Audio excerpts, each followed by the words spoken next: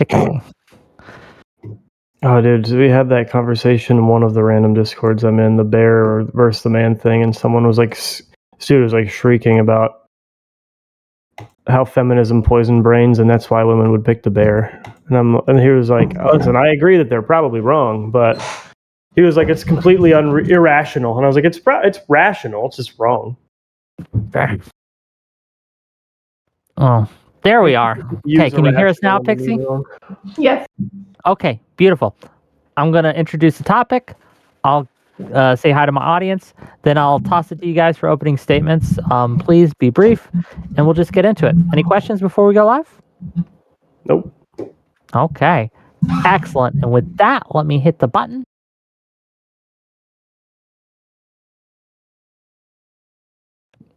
Welcome, one and all, to yet another episode of WIC TV, a cross-ideological space where we come together to talk about issues both political and cultural, from the silly to the serious. We have the silly for next week. Today, we have a very serious topic. We're going to be talking about abortion. It's a wide topic. There's a lot to cover. Recently, as we are all well aware, Roe v. Wade was overturned, and this was put back to the states.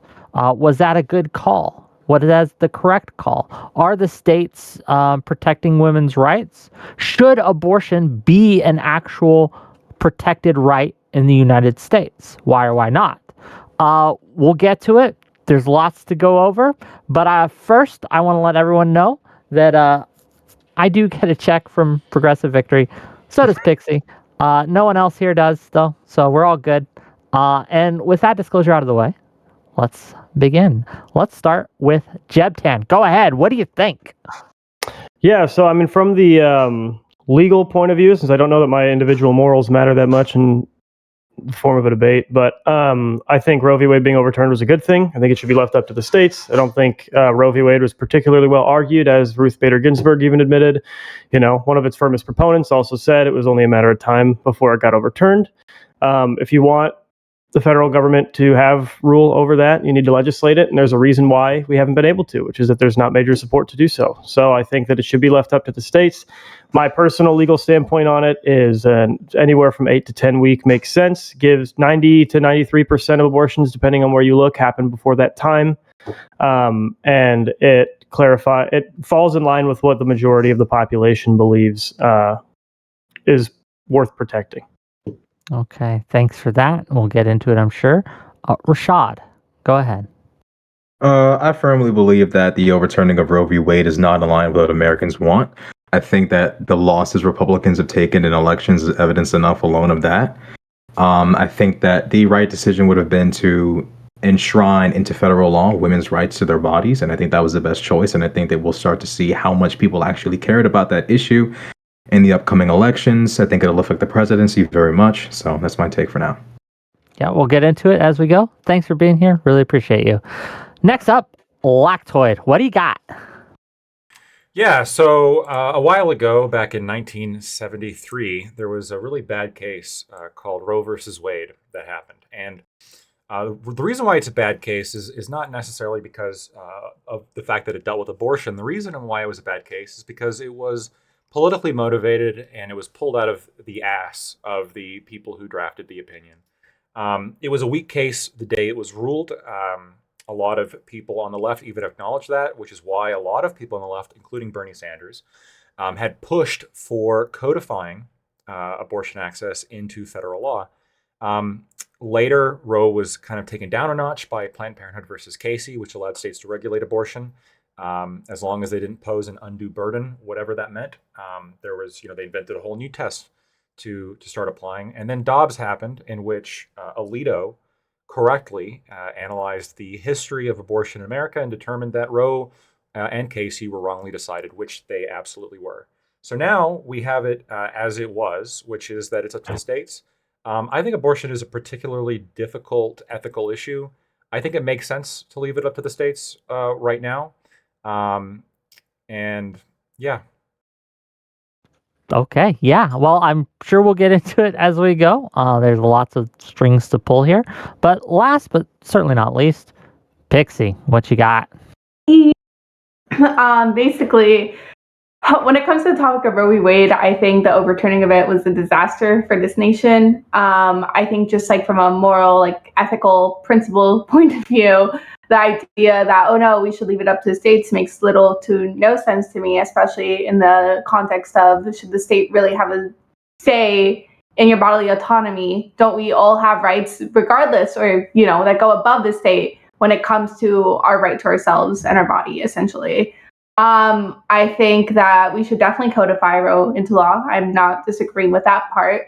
But I do think the general populace as a whole agrees with the idea that, like, hey, we should have more leeway when it comes to abortion, that total or even like basically total or almost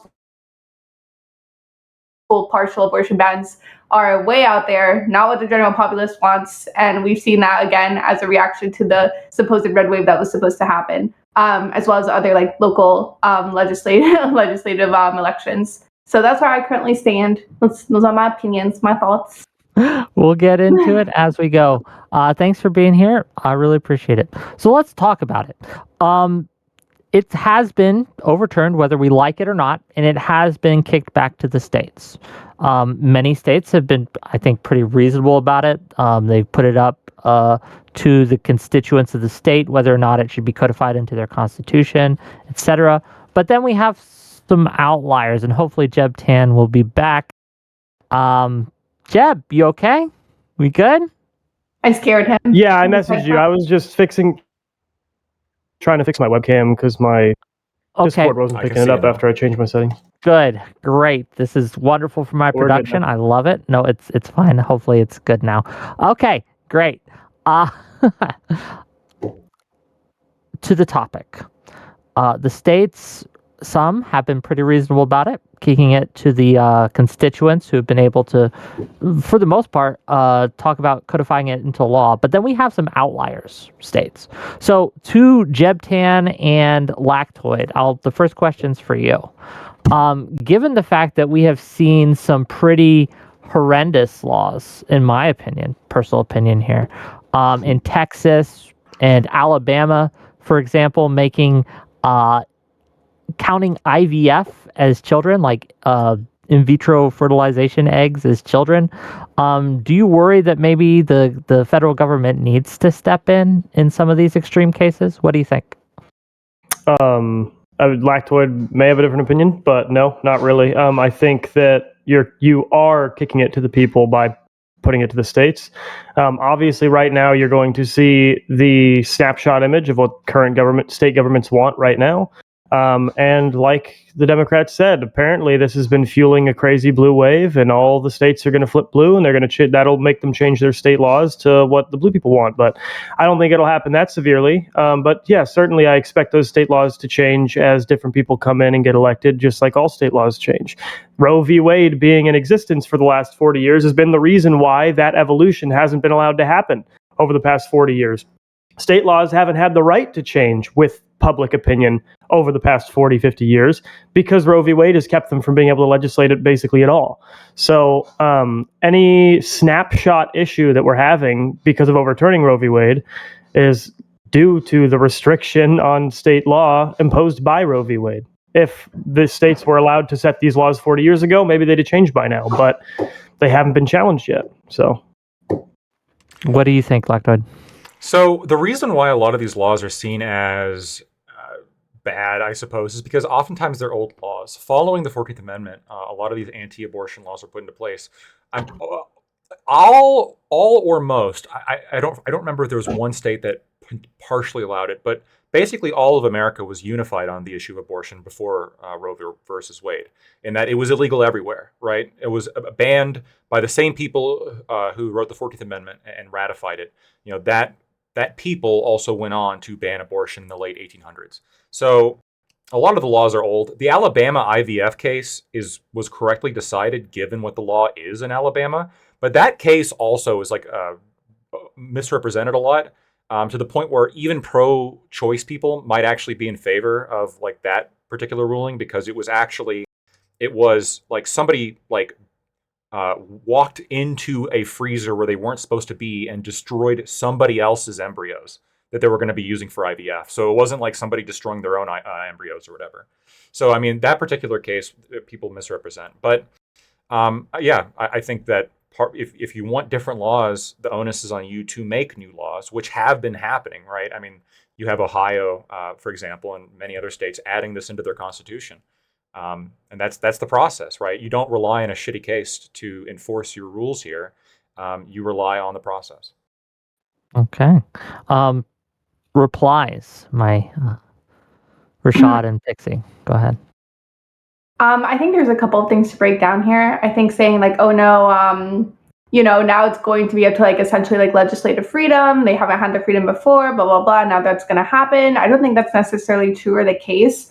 For example, like in Arizona, we had the Supreme Court of Arizona try to enforce a law from 1864, I believe. Yeah, 1864, trying to put a near total abortion ban, which seemed to go against the general wishes of the legislator, or at least like polling in that area as well. So to me, that's a clear example of like, oh no, like states trying to do some fuckery when it comes to trying to enforce their belief versus what the general populace wants. I think in Ohio too, before that, Republicans were trying to block, essentially general polling that could influence essentially having the abortion ban or not having an abortion ban take place. I also think on top of all of that, you guys keep saying state rights. You guys keep repeating state rights, state rights, state rights, state rights. My question to you is, does the state have a right to violate your bodily autonomy? Because that's the crux of this issue, right? So that's kind of the debate, is it actually an enshrined right in the Constitution? If the case, no. If it's not the case, then yes. And the Supreme Court has decided that they're not doing that. Okay. So there's a couple of things to go down here. First of all, the Constitution, like part of the Constitution literally states that not all rights are explicitly in the Constitution. I forgot exactly what amendment that is. I know it's in the Bill of Rights. James Madison specifically put that in there because he knew that people would make the argument of, oh, if it's not explicitly in the Constitution, then it's not a right that you can have, which isn't true. Second of all, yeah, basically, it goes back to a question like bodily autonomy. Do you believe people have a right to bodily autonomy? Yeah, of course. But this, again, it's not necessarily a question. So even the court case wasn't necessarily about bodily autonomy. It was about the right to privacy. But the issue with that mentality with it and just assuming, again, by asking me the question, do you believe people have the right to bodily autonomy? You're sort of tying in abortion is bodily autonomy. Just because James Madison said some rights are not enshrined directly in the Constitution that exist doesn't mean every right we decide is in the Constitution that isn't is. So that's why we have the Supreme Court, and the overturning of Roe v. Wade was the Supreme Court saying we do not believe there is an implied right to abortion based on your right to medical privacy in the 14th Amendment. And Ruth Bader Ginsburg had backed that up about a decade prior when she even said this Roe v. Wade is going to be on life support, like it is going to get overturned. It's a poorly argued case. It's very easy to overturn because of how weak the connection is with the actual text of the Constitution. You guys need to legislate it. And so the same thing that you brought up with the Arizona law in 1865, we say, how wild is it that they wanted to institute a law from 1865? That law was on the books. So the Supreme Court upheld the current abortion law in Arizona. Laws just don't expire, right? Unless there's something in them that's set that like makes them expire. Or unless, as the people of Arizona became more and more progressive on that issue, they had the chance to vote on abortion legislation, but they never did because Roe v. Wade kept Arizona from being able to do anything about it. Well, 6 days ago, Arizona did pass. 6 days ago, Arizona did vote to repeal that legislation. So they're doing it via the process. So imagine if that happened 20 years ago when Arizona probably got progressive enough to repeal that law. We wouldn't even have to have this conversation in 2024. No, I don't think you guys know that. I'm not communicating clearly my crux with this issue, essentially. You're saying, oh no, the Supreme Court has essentially decided that it is up to the states to decide to legislate this right. And what I'm saying is that even if the Supreme Court decided that, there's a deeper underlying moral issue at play here, like a moral issue at hand. If the Supreme Court decided, and I'm going to use a random example just so you guys can see like what I'm getting to. If the Supreme Court decided, hey, you know what, segregation, that's up to the states to decide. That's going to be a state rights thing. Like we don't get to decide essentially whether segregation is something that should be decided federally. We're going to let the states decide whether that's moral or not. we would obviously all come here together and say, that's fucked up. People have a fundamental human right when it comes to being treated equally. And that should be regardless of class or regardless of race, essentially, or sex.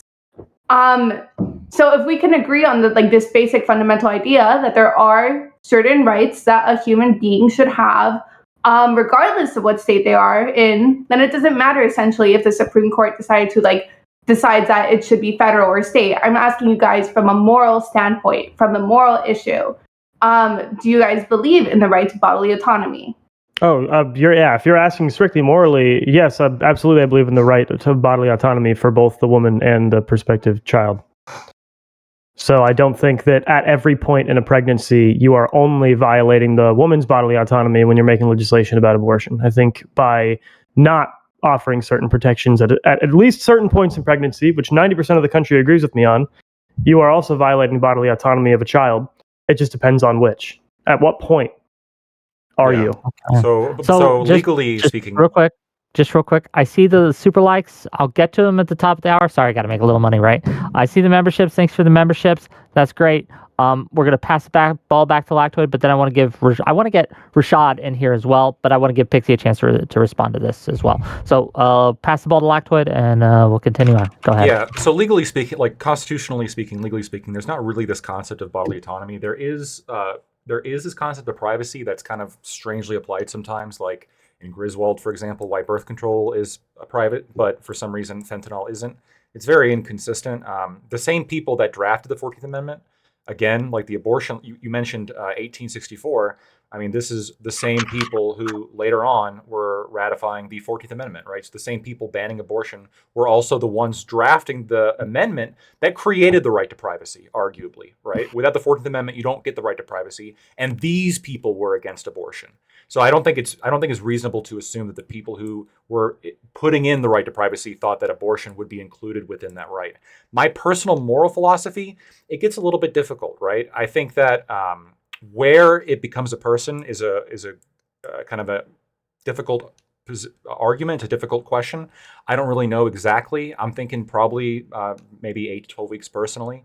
But once it is a person, once we have a human being there, a person, then I think that at that point you don't really have a right to abortion. And I kind of liken this to the hypothetical of, yeah, you have a right to your body, but if you pick up a child and or put them in your car and you're driving down the road, you also have a right to your car. But you can't just in the middle of the highway say, this is my car, get out of my car, and throw the baby out the window, right? You put this person in a position where they need you to survive now. And when you put people in a position where they need you to survive, you have a duty to see them through until they're safe. That's how every law works. Well, I can respond right now, but if Rashad wants to, okay, yeah, I'll go for it. Okay, we'll get Rashad in when he's ready. Yeah. Okay. Okay. Okay. Do you want to go or should I go? I'm confused. I don't want to. Pixie then Rashad. I'll choose since you can't choose. Thanks. Okay. Come on, let's go. Okay. Pixie. So let's break it down here. Let's start with the fact that if we can all agree that there's a certain level of bodily autonomy a human being should have, and maybe we can argue that life begins at one point, maybe you lose that right to full bodily autonomy. I'll put this in this corner for now. The fact is that if you believe this is a fundamental human right everybody has, then it makes no sense to say that the state should essentially dictate whether you have that right or not. So essentially what I'm saying is that we should all, theoretically speaking here, come to an agreement that when it comes to total abortion bans or near total abortion bans, where they're saying essentially as early as fucking possible, maybe even right off the bat, just so you find out you're pregnant, you're fucked. That would be a clear violation of bodily autonomy if you believe that's not a baby, essentially. If you believe the pregnant woman still has a right to the bodily autonomy. I also want to say, Lactoid, can you repeat the last point that you made one more time? I think that you can put yourself you can put yourself in a position where you have a duty to other people if you put them in a position where they need you to survive. Yeah. So it's kind of interesting that you used the example that you did, because the first thing that came to my mind was the example I liken it to is that when you go out driving, let's say it's a night, it's kind of rainy, whatever. You decide to go out and drive your car. And then when you do this, you get into a car crash, whatever. Let's say it wasn't really your fault. It was a street. It was, like grimy dirt or like not very well salted, whatever. Maybe it was icy, whatever. You get into a car crash. The other person is now in critical condition.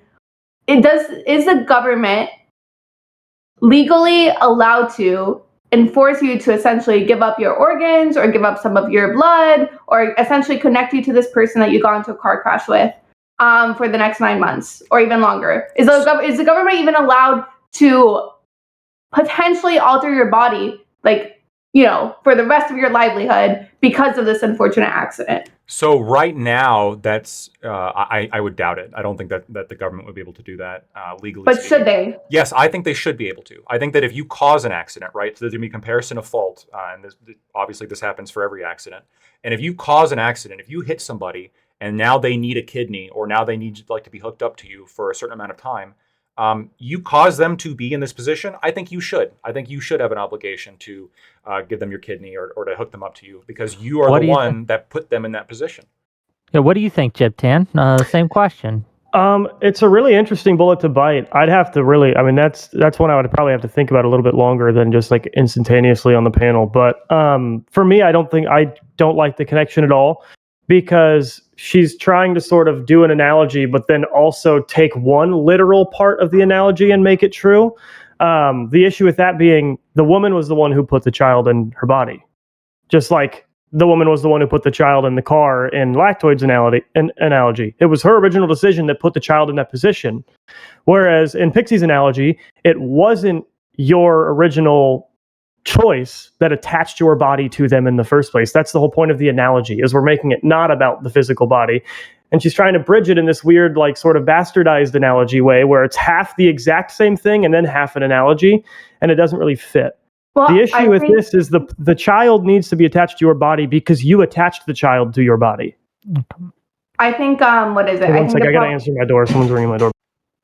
Okay. Really? You're going to just drop? I'll listen to you. Go answer the door?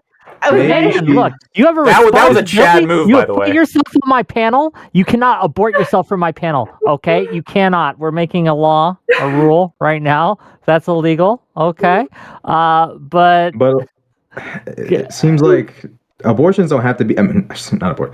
Pregnancies don't necessarily have to be intentional, right? Like it's possible to not necessarily be planning for a kid, but to have one. Now we can say, of course, oh, you could have used this or you could have used that, but obviously sometimes things happen, right? Some things happen. Perspectives can change. You can realize you're pregnant and say, wait, I don't really know if I want to have this kid. You could find out the person you're having the kid with was a little bit different than what you thought they were. And now that there's a kid in the equation and maybe you're not too keen on being connected to that person for the rest of your life through a child. I think things can change. So I don't think Pixie's analogy is entirely too bad because it's really not all that uncommon to accidentally, the act itself of getting pregnant, not necessarily accidental, right? But the fact that you were pregnant wasn't necessarily the intended result. And should you be, held, permanently responsible and forced to keep this child, regardless of circumstances that may change, perspectives that may change and stuff like that. I don't even disagree that the analogy was that bad because, although I think most of the time this is because of intentional action, the actual impregnation oftentimes is unintended. But we can change my hypothetical to also account for this, right? So let's say, you're kind of being absent-minded or whatever, and you're watching a kid, and then the kid climbs, and you're in charge of watching the kid, okay? And then the kid climbs in your back seat, and then you get behind the wheel and you're driving, and then you look back and you see the kid. At that point, do you guys think that you should be able to throw the kid out the window when you're going highway speeds? No, but that's a bit different. These hypotheticals, I want to make it abundantly clear first and foremost. Property. It's my car. I have not joined. I'm acquiescing to these hypotheticals. No, I don't think it's the same thing. Why? It's my car. I don't want the kid in my car. I want the kid out the window. It's quite different because it's not a fully formed. Let him go. Yeah, the child in the car is a full formed child. This is if we're talking about like a baby that's not fully, developed and especially not born. There's just a different scenario. It's not the exact same. The intent isn't the same in the removal of the child. You have a lot more agency. The child is not The child hopping in your car, you can stop the car, ask the kid who their parents are. There's so many different things you can do to separate yourself from this kid in a non-lethal way. As it pertains to pregnancy, I mean, that's a completely different scenario in which you can choose to, before this child can experience any pain, before this child can be basically, you know, a developed baby, you can separate this child from your life, literally. So it's a bit different. I don't think it's the exact same thing. Shoving the kid out of a moving vehicle, you can just stop it, find who the parents are, and, you know, end it. And the situation is different from a pregnancy. You can find distinctions, but it's actually the same when if you're factoring in the idea of like autonomy, right? Which is kind of the current topic, which is, you know, this is mine, so I should have control over it. Well, again, like, I generally agree with this. I generally agree that if it's yours, you should have control over it. But in situations in which you put somebody else in a position, right, due to negligence or due to intentional action, if you put somebody else in a position where now they will die unless you see them through the danger, right? I forget that I put my kid on my boat and now we're out in the ocean. I don't get to toss the kid out into the ocean, you know, because that'll kill the kid, and I'm responsible for this kid. So I have to at least, even if it's a 9-month voyage, I have to keep the kid alive until we get back into port. Yeah, well, and I think. I'm sorry, go ahead. You know, you can go. Mine is kind of a derailing, so go ahead and say your thing, and then I'll kind of, because I want to move it, because I think we're sort of on the point where we're talking about, is it a human? After we get through this, I have a question for Pixie and Rashad, actually. So say your piece, Rashad, and then we'll. Yeah, I was gonna say that of course there's a little bit of a lack of nuance to the whole "it's my body, it's my autonomy," but I think that statement carries a certain level of unspoken explanation behind it. Like, hey, it's my body. If the baby daddy's a piece of shit, and I really don't want my life to be connected to this person for the rest of my life, and I'm at an early stage of my pregnancy where I can get, you know, I can end this. There's no pretty way of putting it. They're basically saying, yeah, like I would like to be able to reserve my autonomy to avoid XYZ negative situation for myself or the child. Maybe financial things change, family situations change. I want the autonomy to make decisions that could spare myself or possibly even the child pain. And I think that it's a little bit more than just, hey, it's my body, my choice. I think there's unspoken nuances to that statement. Of course, people don't obviously most people don't go into detail, you know, they don't really feel the need to, but I think it's a little bit deeper than just, hey, it's my car, or hey, it's my body. There are underlying nuances and extra factors to pregnancy that go beyond being in a car with a kid that somehow ninja'd their way into the back seat. So that would be my response. So since Pixie's not here for your thing, I'll just say my thing really quick, which is probably, because I think it can save us some time, because we're sort of on this, you know, when the baby becomes a life thing, do the states have the right to decide total abortion bans if we don't know when the baby becomes human? I kind of don't care. Because while my legislative compromise would be taking into account people caring about that, I don't actually think, I disagree with the big Destiny take that's taken over liberal Twitch poll, that we don't care about the prospect of future life, that is without value to us. And every single analogy people use, every decision we make is based upon whether that person will at some point be able to be alive and live on their own. So that's why what I find to be the only morally consistent barrier for when life begins is at implantation. And after implantation, it is like a 90+% chance that baby will be able to be healthily carried to term and be born. And so that is when it is worth protecting, because I don't buy this bullshit. I've never heard an analogy that proves it well, that we only care about if they're able to be alive, if they're a human or sentient right now. We always care about future possibility of sentience, even in the person in a coma analogy that everybody likes to use. Like, you pull the plug if they're in a coma and you have no idea if they're ever going to wake up, or you don't think they're ever going to wake up. I'm like, yeah, exactly. You are taking a bet on whether that person will become sentient again at some point, and that is what you're basing your decision off of. So if after implantation, a baby is 90% likely to be carried to term healthfully and become a living baby that we do find worth protecting, I do think that's the only morally consistent place to draw a line for life. Okay, Pixie's computer crashed. Hopefully she'll be back soon. But in the meantime, Okay, I will Lord have mercy. put my thumb on the scale a little bit. Okay, if you Yeah. guys don't mind, just to make sure it's not a Liberal. 2v1. Sure. So I get it, right? For me personally, I don't like abortion. I don't. I would never get one. I would never advise. I would never participate in one, right? However, I think that when we make laws, we should do it on not just the 90% of times, but the 10%. And we have to look at how these laws will affect the niche cases, the scenarios where it's not exactly on the level. It's not so easy, right?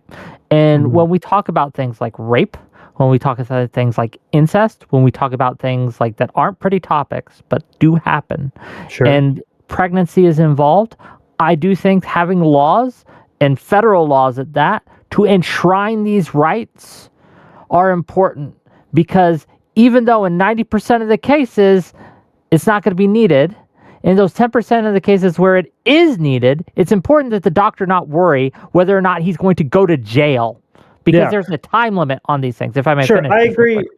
I agree. But I don't think anyone on the pro-abortion side here would be satisfied if I said, fine, we have federal protections for abortion only in cases of rape, incest, or threat to the life of the mother, and forcing state laws on abortion to consider implantation the beginning of life. So, like, you can't attack IVF, you can't attack birth control, because those operate pre-implantation in most cases. I don't think anyone here would be satisfied with that, because they still would say a total abortion ban, even with exceptions for rape, incest, and medical. Yeah, that comes into my question. Welcome back, Pixie. This is to Pixie and Rashad, to your side.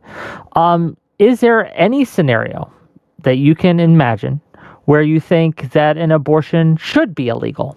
Like, is there any point where you think the government should make any sort of abortion, like the day before the due date, right? Or like, what's your line here exactly, if any? And I'll let Rashad go first, and I'll let Pixie go. Yeah, I'd say the day before I'm not gonna lie, I can't say that I would agree with that. I can't say that I would agree with it when the baby is like basically fully formed and is basically a complete, excuse my lack of medical and biological knowledge, but basically a complete baby, so to speak, and it's just waiting on being born to finally be, in this world. However, I think if the woman is on top of her game, she knows that she's pregnant, it's very early in the pregnancy, she's not wasting time. Not even necessarily very early, but as long as, this is not a fully formed baby that within a month or weeks could easily be born and, breathe oxygen on its own, I don't think that I think I would cut it off there. I think there would be a cutoff. Yeah, definitely a cutoff in terms of, the baby being able to breathe and survive on its own. Pixie, what are your thoughts? Yeah, very similar with Rashad. That basically, if you can force an induction, which you can do, and the baby can survive like by itself outside the womb at that point, then that's fine. You probably should do that instead of killing it. I just don't believe that before then it really makes sense. I also think that it's also a tough question in general, because it comes back to, it always comes back to bodily autonomy, essentially, because even if you believe that it is like a living human being, then it comes to the question of like, oh, can the government legislate what you do within your body? And I think separate from even like growing a child there, like, and I'm an extremist here. This is me being more a libertarian than a progressive at this point. But when it comes to even like quick cases of like, let's say drugs or alcohol, like, do you believe a woman should go to jail if she consumes those substances while she has a child? Yeah. Like if she drinks to the point of excess where she harms the baby. Yeah, I think everybody who gives their kid fetal alcohol syndrome should probably get some sort of child neglect charge. I don't know how they should deal with it in terms of balancing still having a mother to care for the kid and punishing her for what she's done, but maybe she's interned for however long the child has to be sat in the hospital It should be illegal to drink alcohol while pregnant. And it should also be illegal for you to sell alcohol to somebody who you suspect may be pregnant. What would the punishment be in your opinion, Lactoid? Say you have a woman, she knows she's pregnant, she has a glass of wine at dinner. Do the feds break in, take her away? Like what happens? Well, I'm generally opposed to no-knock raids, but I mean, you would have some kind of penalty. I don't know exactly what kind of penalties, but I mean, up into A fine? yeah, like however you would treat a child abuse is how we would treat it, right? So like if we discover it, there's going to be penalties associated with that. Weird because it's essentially like child abuse essentially for consuming substances in your body, right? So to me, it would be like essentially, I'm trying to think about a similar scenario. So for example, what if the woman is super depressed and tries to kill herself? And in the process, obviously, if she kills herself, the child is still in there. The child would die also. To me, that's a severely ill woman. I don't know if I would advocate for her going to jail. But through extension of your logic, or maybe I'm wrong. I don't know. I'm genuinely asking here. Do you guys think that the suicidal depressed mother who tried to kill herself should be in jail for trying? I mean, she should be charged, but we have a bunch of structures in place for dealing with people who may have committed a crime solely due to mental illness. But they will then be court ordered to get help for those mental illnesses so that they don't continue to hurt that child. Instead of just saying, you were sad, it's okay if you tried to pill yourself to death with a baby in your stomach. I'm actually pretty libertarian. I think that people should have the right to, if they commit suicide, I think there's the right to do that. But if they're pregnant, they should have to wait until they give birth, at the very least. We are crossing lines here. I don't know if we wanted to get into a mates debate right now. I really don't. But let's keep it on track a little bit here. I mean, it was a good question. It was a good question, but and to follow up that, right? And I'm very curious, Pixie. Like, do you think that there should be, like, obviously you probably would disagree if a woman took a glass of wine while she was pregnant, and you probably don't think anything probably should happen to her. But let's look at the extremes here. Let's say a woman who is just downing gallons of alcohol, right? She has no intention of getting an abortion. She just doesn't care. Do you think that that woman should be able to keep that child after the birth? Do you think nothing should happen to that woman? Oh no! Your hardware. Oh no! What happened? Oh, you're good now. Go. Oh yeah, we good couldn't now. hear anything you said beforehand. I was gonna say, what is it? When it comes to scenarios like that, I think, and this is my progressive side. Maybe you guys will disagree with me on this. To me, that's also a form of self-harm, right? Just like basically like drowning yourself in alcohol or taking drugs to an excess where it's like harmful to your body. I think at that point you should you should get help. I don't think you should be in jail. I don't think you should be charged for child neglect. At that point in time, it's kind of weird because it's inside your body essentially, and you're you're essentially like exerting your right to autonomy by taking those substances. It's just you're exerting your right in such a way that's even like harmful to yourself, whether a baby existed there or not. So that point in time, I'm just like, yeah, like you need mental help essentially. I see it very similar to like, what if I went into like a very small enclosed space with like a baby and just started like smoking cigarettes? Would that be acceptable behavior? Yeah, I think there's a difference between like acceptable behavior and then behavior that you believe should be like punished under the law. But that should be punished, right? Like if I take a kid into a small room and just start like going through like Marlboros and like it's smoky as all hell in there, right? That obviously should be illegal. Yeah, I'm not necessarily disagreeing with you. But then this is just gonna go back to like, okay, like that's a fully formed human being at that point. Right, and this is what I'm like. This is really what it comes like. I think this is why I think the abortion conversation ultimately comes down to like what is or isn't a person, because a lot of the bodily autonomy, a lot of the arguments for abortion, and we haven't really had them because Roe v. Wade was in place for so long. A lot of the arguments for abortion don't actually compart with the reasons why women get abortion, right? So like rape and incest, for example, are constantly like pushed as a talking point by people who are very pro-life. But like the rates of women who report getting an abortion because of these two reasons are like extraordinarily low, sub 1%, right? The biggest reasons why women get abortion is because it's going to interfere with their career, having a kid. It's going to interfere with their studying. It's going like they don't feel ready to have a kid yet. Like those are like the real reasons. And so when you have economic reasons that are pushing women to get abortions, but the actual only moral arguments that they're pushing are things that are completely unrelated to why they actually want to get the abortion, you're never really going to move somebody on moral arguments alone unless you can like actually address something differently. Does it have to be? Does the justification even need to be rape or incest? I mean, even just forcing a child to be born to a mother that doesn't want them at all, that in and of itself is a question of morality. Forcing a child to be born to two parents that basically just die. Well, okay. Forcing a baby to be born to two parents that don't want them at all is also a question of morality as well. If you have two people expressing, hey, look, we thought we might have wanted to have a kid, but fuck all that, we don't. And if we have this kid, we're really not going to be happy about it. That is a question of morality in and of itself. And if you're forcing both of these parents to give birth to this child, regardless of the argument of you guys knew what you were doing when you had sex, here we are at a situation where these two parents are expressing a strong amount of dislike toward being parents.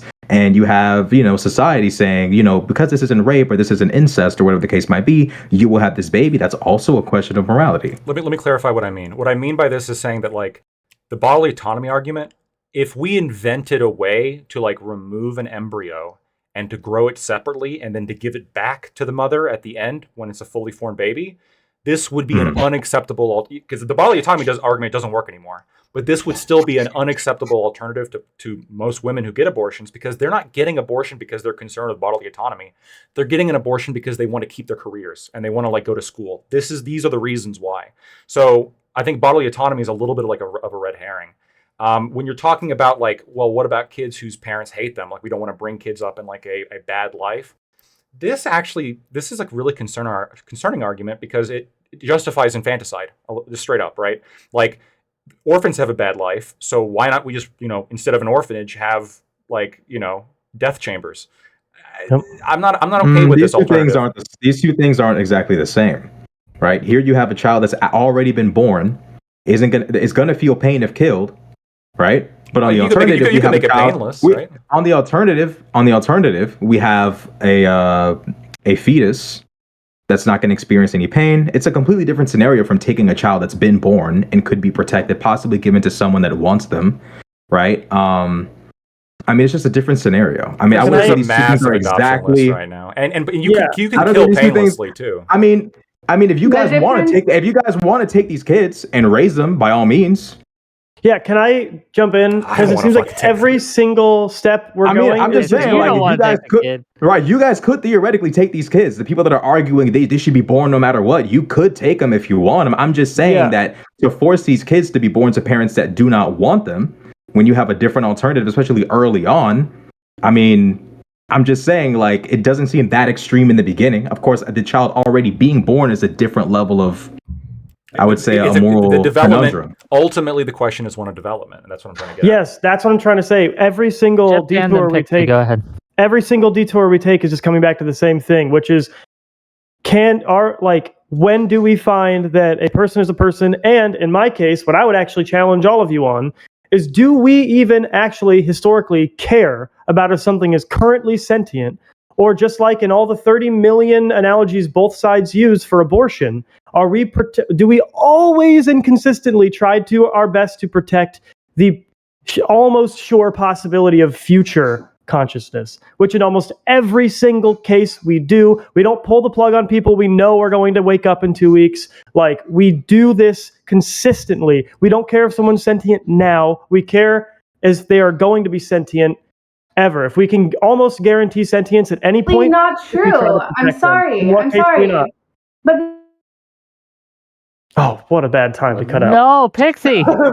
I really want to know, because I've never heard somebody make a good argument that they don't care about future sentience. The valuetainment goons came and got her. I can make an argument against it. I'm on your side, but I mean, the only argument I've ever heard is the infinite regress problem.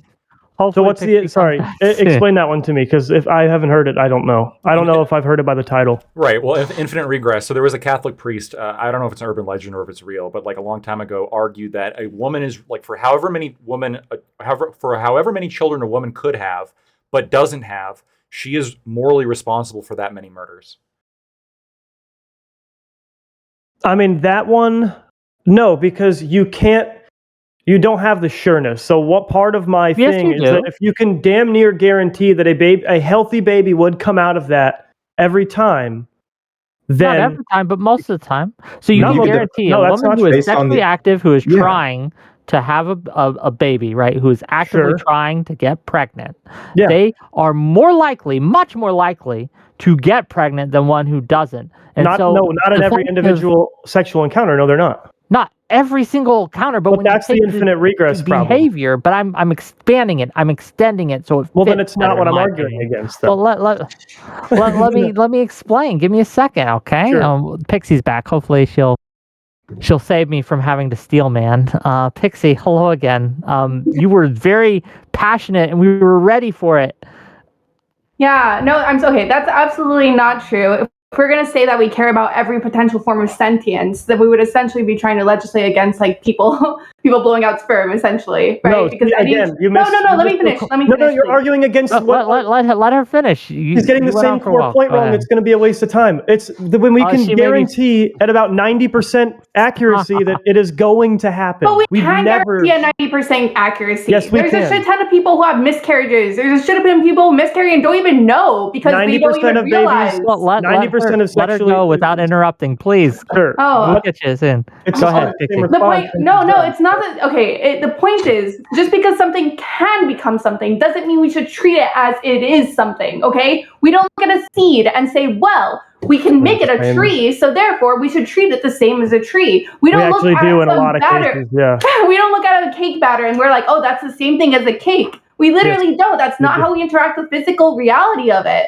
So We can don't- I respond with the exact same response I was going to have before? A freshly planted farm field, if I go and burn it down, I have to pay damages for every crop that would have been grown from that farm field because yes, we can almost certainly say that, again, up to about 90% of those seeds planted are going to bring crop. So what they would do is they would look at what crop yield that farmer got last year with their yield, and you are likely going to have to pay damages relative to what he got last year, even though those weren't the seeds that you just planted. But we are extrapolating that these seeds likely would have had the same outcome as all the seeds before them, and that they would have yielded a crop that you have now damaged them by foregoing for them.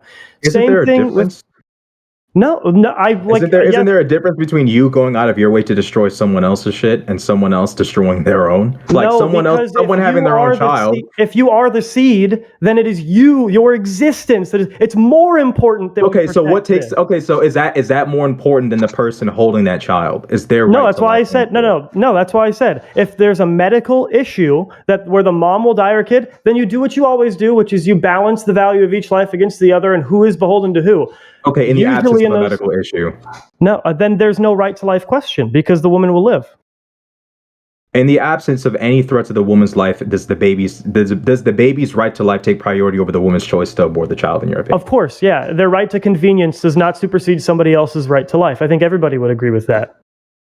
Not that everyone would agree that it extends to this analogy, but everyone would agree that if a mom just says, my life would be better if my kid was gone or dead, that you don't just get to kill your kid. You don't get to stop their existence, or you don't get to throw them into a crack house. Do you think the development of a fetus versus a full-born child you think the development argument is somehow or another lacking in value? You think that's a pointless argument? Yes, because I think in almost any case where we are as sure as we are that a child at about 6 weeks gestation after a successful implantation, anytime we have that level of certainty that a child will make it to term, which is about 90% in that case, anytime we extrapolate a person in a coma, if they're 90% likely to wake up in 8 months and you kill them, you're going to get charged for murder. And every analogy that says you would pull the plug on a coma patient, they always say, well, you don't know if they're going to. And I'm saying we do know now. How is that? And that's fair. And so what if the woman's finding out in 6 weeks that she's pregnant? You think that's fair to the woman who might have chosen to have an abortion if she had known earlier,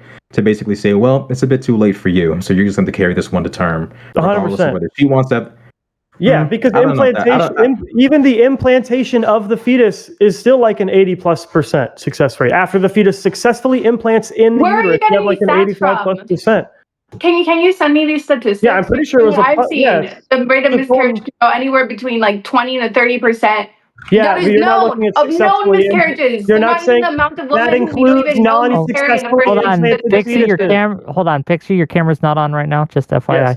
And those Um, include fetuses that were not embryos that were not successfully implanted properly in the uterus. A lot of miscarriages are due to implantation issues in the uterus or the lack of a viable uterus, all that stuff. All of that contributes to those miscarriage statistics. I'm saying successful implantation of a fetus, which you should love because that justifies the federal government saying you can never penalize a woman for a miscarriage. You can never penalize a woman for doing IVF. You can never penalize a woman for taking Plan B because all of those attempt to operate pre-implantation and stop an embryo from implanting in the uterus. Wait, but you could still have a healthy child that could come to term properly if it's born from rape. So why are you making an exception for because sexual assault here? because I am accepting that we need to balance other interests. Rape is a tough one, but it's a legislative compromise I'm willing to make, just like the 8 to 10 week law is a legislative compromise I'm willing to make. I don't believe that anything special happens at 8 to 10 weeks. I believe that not everybody in the country is represented by my view, and I live in a democratic republic, and so I'm willing to make a legislative compromise that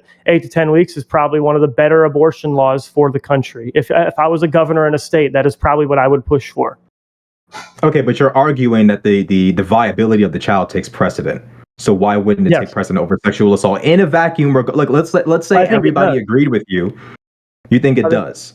Yeah, I think it does. If you didn't have to make a compromise with the rest of the country, is it fair to say that even in the case of rape, you'd still prioritize the viability of the child over the woman? Yes, I would prioritize the viability. I still don't know if I wouldn't make an exception in the law because at that point you're dealing with a consent issue where the entire underlying presupposition for all other cases of abortion are that there was a consensual act that led to that baby being put in that position of danger. If I may, this is what I hear from the pro-choice side, right? A lot is that these laws, they say they're going to make exceptions. They say they're going to make exceptions for things like rape, incest, etc. The rare, and I admit they are rare cases that they occur. But when we come down to brass tacks and they get into like, okay, but really, what do you actually want? You're like, well, no, actually, we're going to prioritize viability no matter what, right? That's my thing. So when we talk about what you want, I think it's viable. It's reasonable for people to fear overstep, overzealousness, and that when it comes down to boots on the ground, paper to pen on legislation, that will be the legislation rather than these kind of vacuum theoretical kind of situations. We have seen examples where people who have been raped have been forced by the law to carry these things to term. And this is a direct result of the overturning of Roe v. Wade, which, imperfect though it may be, did stop those cases and allow, again, the exceptions to be taken care of. And that's where I'm worried about. And that's what I'm worried about. But Pixie's back. We're going to toss it to Pixie. Hopefully it works. Please, God, let's not have any more technical issues. Go ahead, Pixie. I'm sorry. I wanted to Jeb 10 or whatever. Yeah. Jeb, whatever you want to say it. Yeah, I didn't completely hear what you said before when I was asking about the 20 to 30% stat. And you said, can you repeat what you said there? So yeah, when you're talking about overall miscarriage stats, you're including a lot of instances of unsuccessful implantation in a healthy uterus. You're dealing with a lot of cases of a non-viable uterus. You're dealing with a lot of cases of, like ectopic pregnancy, implanting in a fallopian tube. You're getting a lot because looking at New England Journal of Medicine, time of implantation of the conceptus and loss of pregnancy, it looks like. Yeah, if you can send me the numbers, it would be appreciated. Yeah, sure. Because from what I'm seeing is that there are cases like that, but there's also, technically, miscarriages are a result of the fetus or whatever not properly developing in the uterus, and the uterus essentially forcibly expelling it. It doesn't make it any less of a miscarriage. What I'm trying to say, or what I'm trying to convey, is this an idea that's like, oh no, it's like basically going to be a baby when there seems to be like pretty substantial amount of like miscarriages leads to doubt that we should treat it the same thing as a potential baby, or as a literal baby. Even your best numbers say it's like a 20% rate. So my 80% certain. So that's like 70% certain that. What do you mean known? Well, it means that a lot of people have miscarriages, but they don't realize it's a miscarriage. Okay, but they're not going to have an abortion on a baby they don't know that they have. No, so that's but not really part of the you're conversation. missing We're the talking point about known fetuses. that or I'm not conveying the point. You're missing the point, because the point that I'm trying to get across is that this rate might actually be higher, but the person didn't realize it's a miscarriage. They thought it was just like a late period or an unusually heavy period or something. Sure. So again, that goes back to the previous point where you're like, oh no, we basically should treat it as a baby, because the rate is so high, it might as well be one, which again doesn't follow. Just because something might happen doesn't mean it currently is. And then second of all, the numbers that you're saying, at least from what I'm seeing right now, which is why I would like to see where you're getting your stuff from, implies that no, it's not as clear cut. Regardless of that, stepping away from that for a second, when it comes to this whole idea of like, you had sex, so therefore you are basically consenting to having a potential child. I'm not sure if I completely buy that. Sexual education, especially in the United States, is pretty bad. Like literally, there are people, children specifically, who will have sex, not even realize what they're completely doing. And then, what happens? Pregnancy. Not a lot of people realize, especially in like lower income areas, because of poor sex ed, the actions that they're doing to and full result that it'll lead to, which is why in areas where you have higher rates of sexual education, you have lower rates of teen pregnancy. So sure, but again, I'm leaning on a legal system where we charge children differently than adults. We charge people who can clearly show that they didn't intend to commit a crime differently than people who did clearly intend to commit a crime. I know that our legal system already accounts for these things. So I'm saying there should still be a charge for it, because I trust our justice system to evaluate somebody's knowingness and their level of intent when they're trying a crime, because they always do it and we do it all the time. What I'm saying is that you're essentially forcing people to take consequence for an action that they didn't consent to, right? Your whole basis here is like, oh no, they said that, like they had sex, so that basically means that they knew they could potentially have a child. Well, yes. I'm saying there's a shit ton of cases where that's not even the case, where they don't know what they're doing. So one, I would challenge you on what a shit ton means, and then two, Brittany Simon, thank you for the rain. Okay. So, and two, I'm acknowledging that even in those cases, our legal system knows how to evaluate for those things. And so they will. Okay. So what would they ask? Would they ask like, hey, did you guys want to have the kid or some shit? I mean, it'll be the lawyer's job. It's why we all have a right to a lawyer. It'll be the job of a defense lawyer, of which I'm sure Lactoid knows many, to affirmatively make the argument, my client did not have access to proper sexual education. They didn't understand the likelihood, or they thought that a pullout was going to be enough. They're just a kid, and they're going to plea for leniency. They're going to plea for maybe a suspension of a sentence that they might get. It is how our legal system works. It's not every adult should know that sex leads to pregnancy. Yes, and every adult.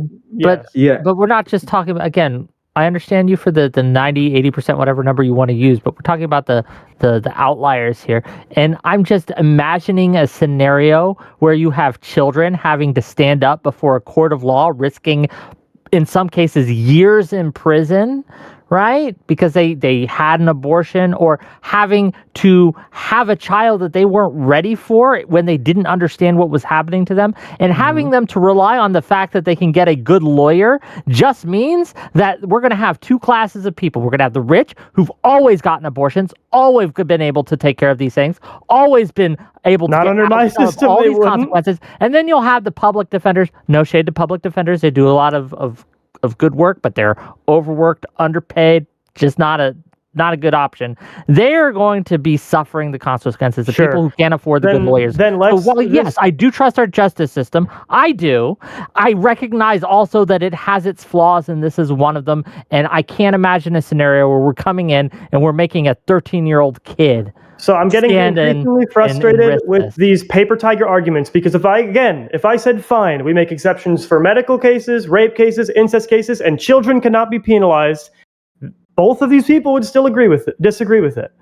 So it's a paper tiger argument. We don't actually care about this. This is a justification for literally allowing children to never get charged for anything, because they never know what they're doing, and there's always a possibility. And I don't want to see a kid who accidentally tripped over and discharged his firearm and shot somebody to go to jail for manslaughter. Like, yes, I can think of ridiculous cases that I wouldn't want to see happen. That's not a justification for throwing out a law that would protect children in 90+% of cases. I think it's like almost the definition of like moving the goalposts, right? Because the actual, again, when you look at the actual motivation that people get abortion, it's because they want to keep their jobs or they want to advance in their career. And so unless you address that issue, right, people are going to be in favor of abortion because that's why they get it. So, you can talk, you're going to bring up the rape example. You're going to bring up, well, what about the kids? Like classic kind of like cycling through, and then you can address every single one. Okay. Like my personal position is, I think that anybody under the age of 18 should be able to get an abortion without the same kind of time limitations that I would put for adults, right? Because children can't consent to taking on duties in ways that adults can. Can you point to me a law that exempts children in this way? I can't. I can point to you laws that don't, that hold children responsible to these paper tiger arguments that you're saying that we're just making these things up aren't being made up. There's actual examples of this. It's not paper tiger doesn't mean you're making it up necessarily. It means that you're allowing it, you're acting as though it is a bigger part of your argument and you think it is. Whereas if I conceded right now what Lactoid just did, we would still have 2 more hours of debate on how we should treat the 99% of cases that happen in adults. My issue is Lactoid is saying he would be for a unique exception here because there aren't many other things that we literally say children can't consent to. Like murder isn't a consent issue. Drug trafficking isn't a consent issue. And where it seems as though a child has been forced to do something by a parent, they do get off. So I would be favorable probably after some time with thinking about it and chewing on it, with agreeing with Lactoid that maybe kids are just exempt from this due to our already legally recognized kind of inability to consent for minors. To be clear, the reason why I would exempt minors is because I believe in greater time thresholds for rape victims, and I believe that anybody under the age of 18 who's pregnant has by definition been a rape victim. Oh, okay. Sure. We're not going to go down that rabbit hole. I'll go to pass. No, I think that's because children can't consent, right? So if a child is pregnant, that means she was raped. Yeah. The crux of the argument that we're not acknowledging is that people who are not a member of a family of this individual, a person who is not possessing of the body of this individual, is determining and dictating the fate of this person and their child. And that's they're advocating on behalf of someone who you still have to take into account that this is not your child, this is not your family, and this is not you. This is not your body. You are overstepping on some level. You are, regardless of what the state says, you, by advocating for this, are overstepping someone's rights, someone's privacy, a family, their child, that woman's body. This has nothing to do with you specifically. Now, you do acknowledge that on some level, because I keep hearing you guys say it all comes down to, it all comes down to development. It all comes down to development, but your argument also comes down to overstepping the boundaries of your own privacy. You're going into other people's families and dictating who will or won't be. You are. No, I agree with the Supreme Court decision that this has nothing to do with the right to privacy, the same way that if someone took a child into their home, how does it not? Because the law doesn't say so? It doesn't change the fact. Just like if someone pulled their own child into their home, locked all the doors, and started smashing fucking Marlboro Reds right next to them.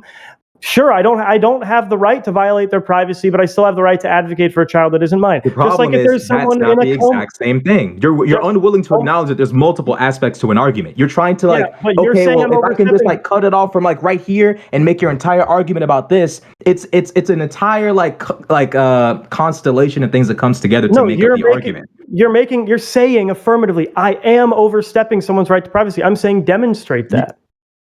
Can I cut in for a second?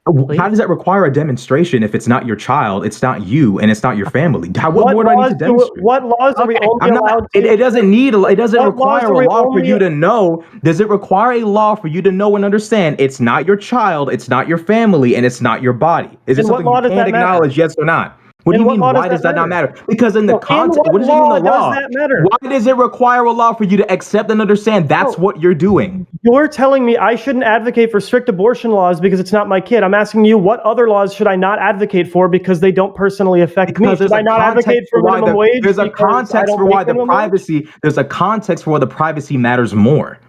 Okay. No, but would you agree? Would you agree? Yes or no? We're circling the drain. No, that's your subjective valuation of the. I want to cut in for a second. I'm going to pass it to Pixie. Maybe Pixie can get us out of this. I don't know. We'll find out. No. Maybe I'll get This is the conversation, though. This is the meat of the conversation. You're saying that what I'm saying is essentially a paper tiger. What I'm saying isn't the majority of cases, blah, blah, blah. And what I'm trying to say is that there is an underlying principle between the cases I have brought to you and the cases when it comes to a woman who wants to have a career. who wants to like pursue a different livelihood or whatever, and a child will get in the way. And is that it seems like in a lot of cases you're forcing people to have consequences for things that they did not originally consent to. I don't believe having sex is immediately consenting to being pregnant. Okay, that's why people use protection, and protection fails. It's not perfect. So this idea that's like, oh no, well, like, you had sex, and that's that's a potential consequence of sex. It's not always a consequence of sex. A lot of people have sex and never have children. A lot of people have sex, end up being infertile, end up having miscarriages, don't end up having children. So to say like, oh no, like this automatically means that you have consented, whether you knew it or not somehow, to having a child, I think is a way overstepping a bounds of logic. It's just not, because if you give a child something they can hurt themselves with, that even if 90% of the time when I take my child out to the shooting range, nothing happens, and your child hurts themselves by negligently discharging a firearm, you as a parent are held responsible for that, because you are consenting to the percent chance that someone gets hurt. Oh my gosh! You are so resistant to analogy. You guys are so resistant to analogies. No, I love analogies. I just don't understand your analogy. That's why I'm asking you. The core concept of what you just said was that because they don't know for a fact they're going to get pregnant 100% of the time, they're not consenting to pregnancy when they have sex. What I'm saying is, I believe in the principle of informed consent. Widely available are the stats of all the different forms of contraception, and every adult has access to those statistics. They all have given informed consent to the possibility of getting pregnant when they have sex, protected or not. Okay, what I'm saying is that even if you know that a potential consequence of having sex is pregnancy, that doesn't necessarily mean you have consented to the pregnancy, okay? Yes, it does. I know a potential consequence of me driving a car is that I might hit someone. That does not mean I actually consent to hitting somebody with my car. So saying like, hey, like, this might be a possibility that happens here does not mean that you're actually like consenting to wanting to have that happen. Does that make sense? Yeah, no, it doesn't. Okay, you hitting someone. It does make sense. If you willfully do something, even if it's slightly willful implies accidental. consent. G. Willful implies. If you hit someone with your car, argument she's making is that it's not willful. What if you accidentally somehow hit someone with your car? Are you waking up in the morning like, man, I really do agree. That's it. Okay, so if a woman, if a woman is having sex with a man and the condom breaks and they don't want to have a child, but they're taking the steps necessary to avoid that, they have consented to having a child. Yes, if you think this is right? You think this makes any logical sense? Yeah, because you could apply this to like law. Yes, you are conflating. Yes, we apply this to law in every case. We apply this to law. In every single case, we do make distinctions between willful and negligent and things, but they are different. Yeah, and they are treated I'm making that distinction. He is not. He is saying willful is the same thing as consent. I am saying consent and willful intent are two different things. Consent is the absence of coercion, and your proactive engaging in an act that can lead to certain externalities. Willful intent for one of those externalities to happen is different, but the charge isn't getting pregnant. The charge is having the abortion. And you believe that somehow having the abortion at what cutoff point is murder? You believe that even at the point of conception? For me personally, no, not conception. For me personally, implantation. Implantation. You're really gonna look at me in the eyes and so like the moment. Yeah, implantation. In the uterus, implantation in a healthy uterus. That is when it is the only. We're in here with a literal pilgrim. No, we're in here with an actual Quaker. None of you have this is a Quaker. No, sorry. We are in here with a Quaker. Sure, you can continue talking over me because I've made a very sound point. I'm not saying it is the same person as a human being. I'm not saying it's the same person as a human being. I'm saying it is deserving of the same protection as a human being because in every similar case where we have a similar level of certainty that a human life will either return or exist, we protect it. Okay. Isn't there more of a nuance here? And you cannot show me one where we don't. Isn't there nuance for why we make exceptions for abortion?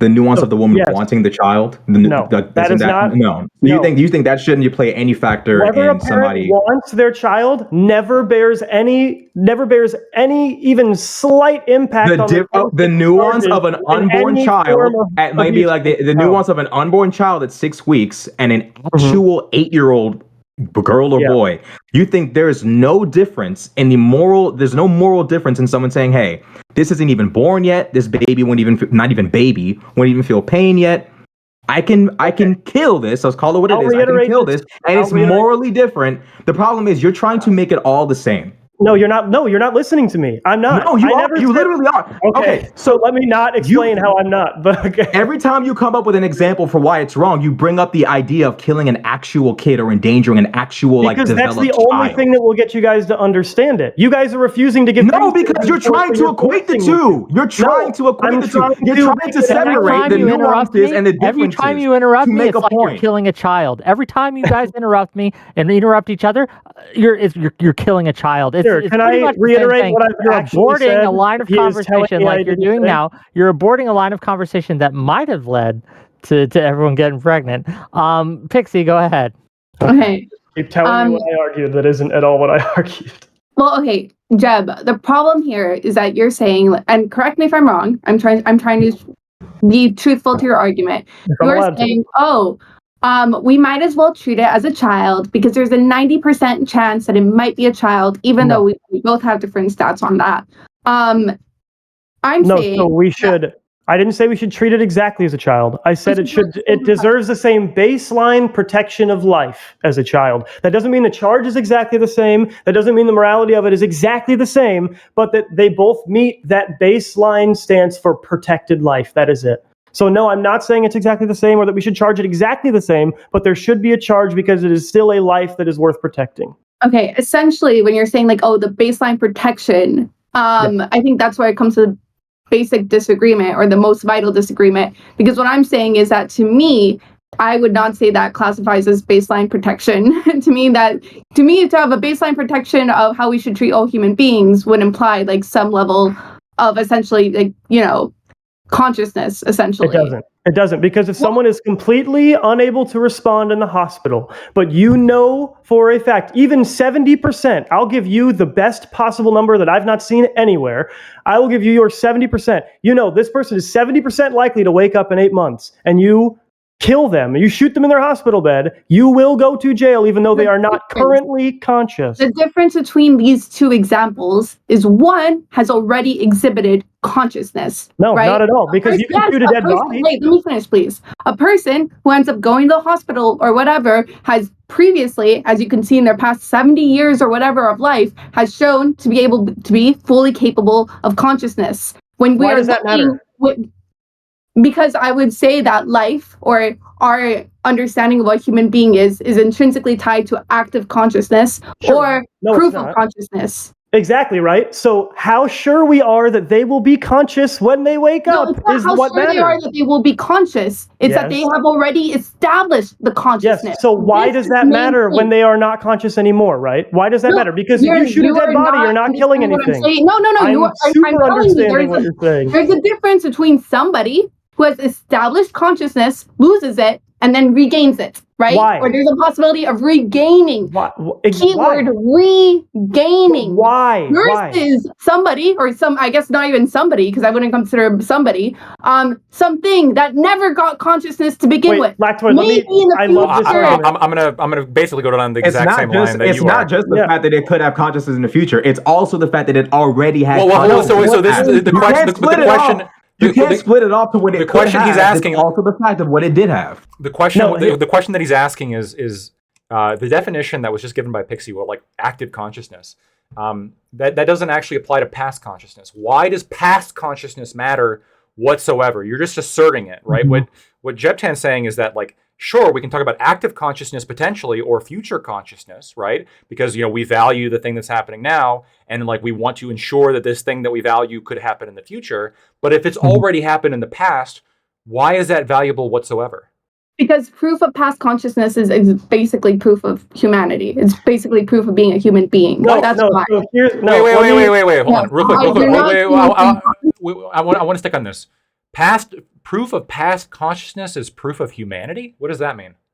It essentially means that if I believe humanity starts at consciousness, right?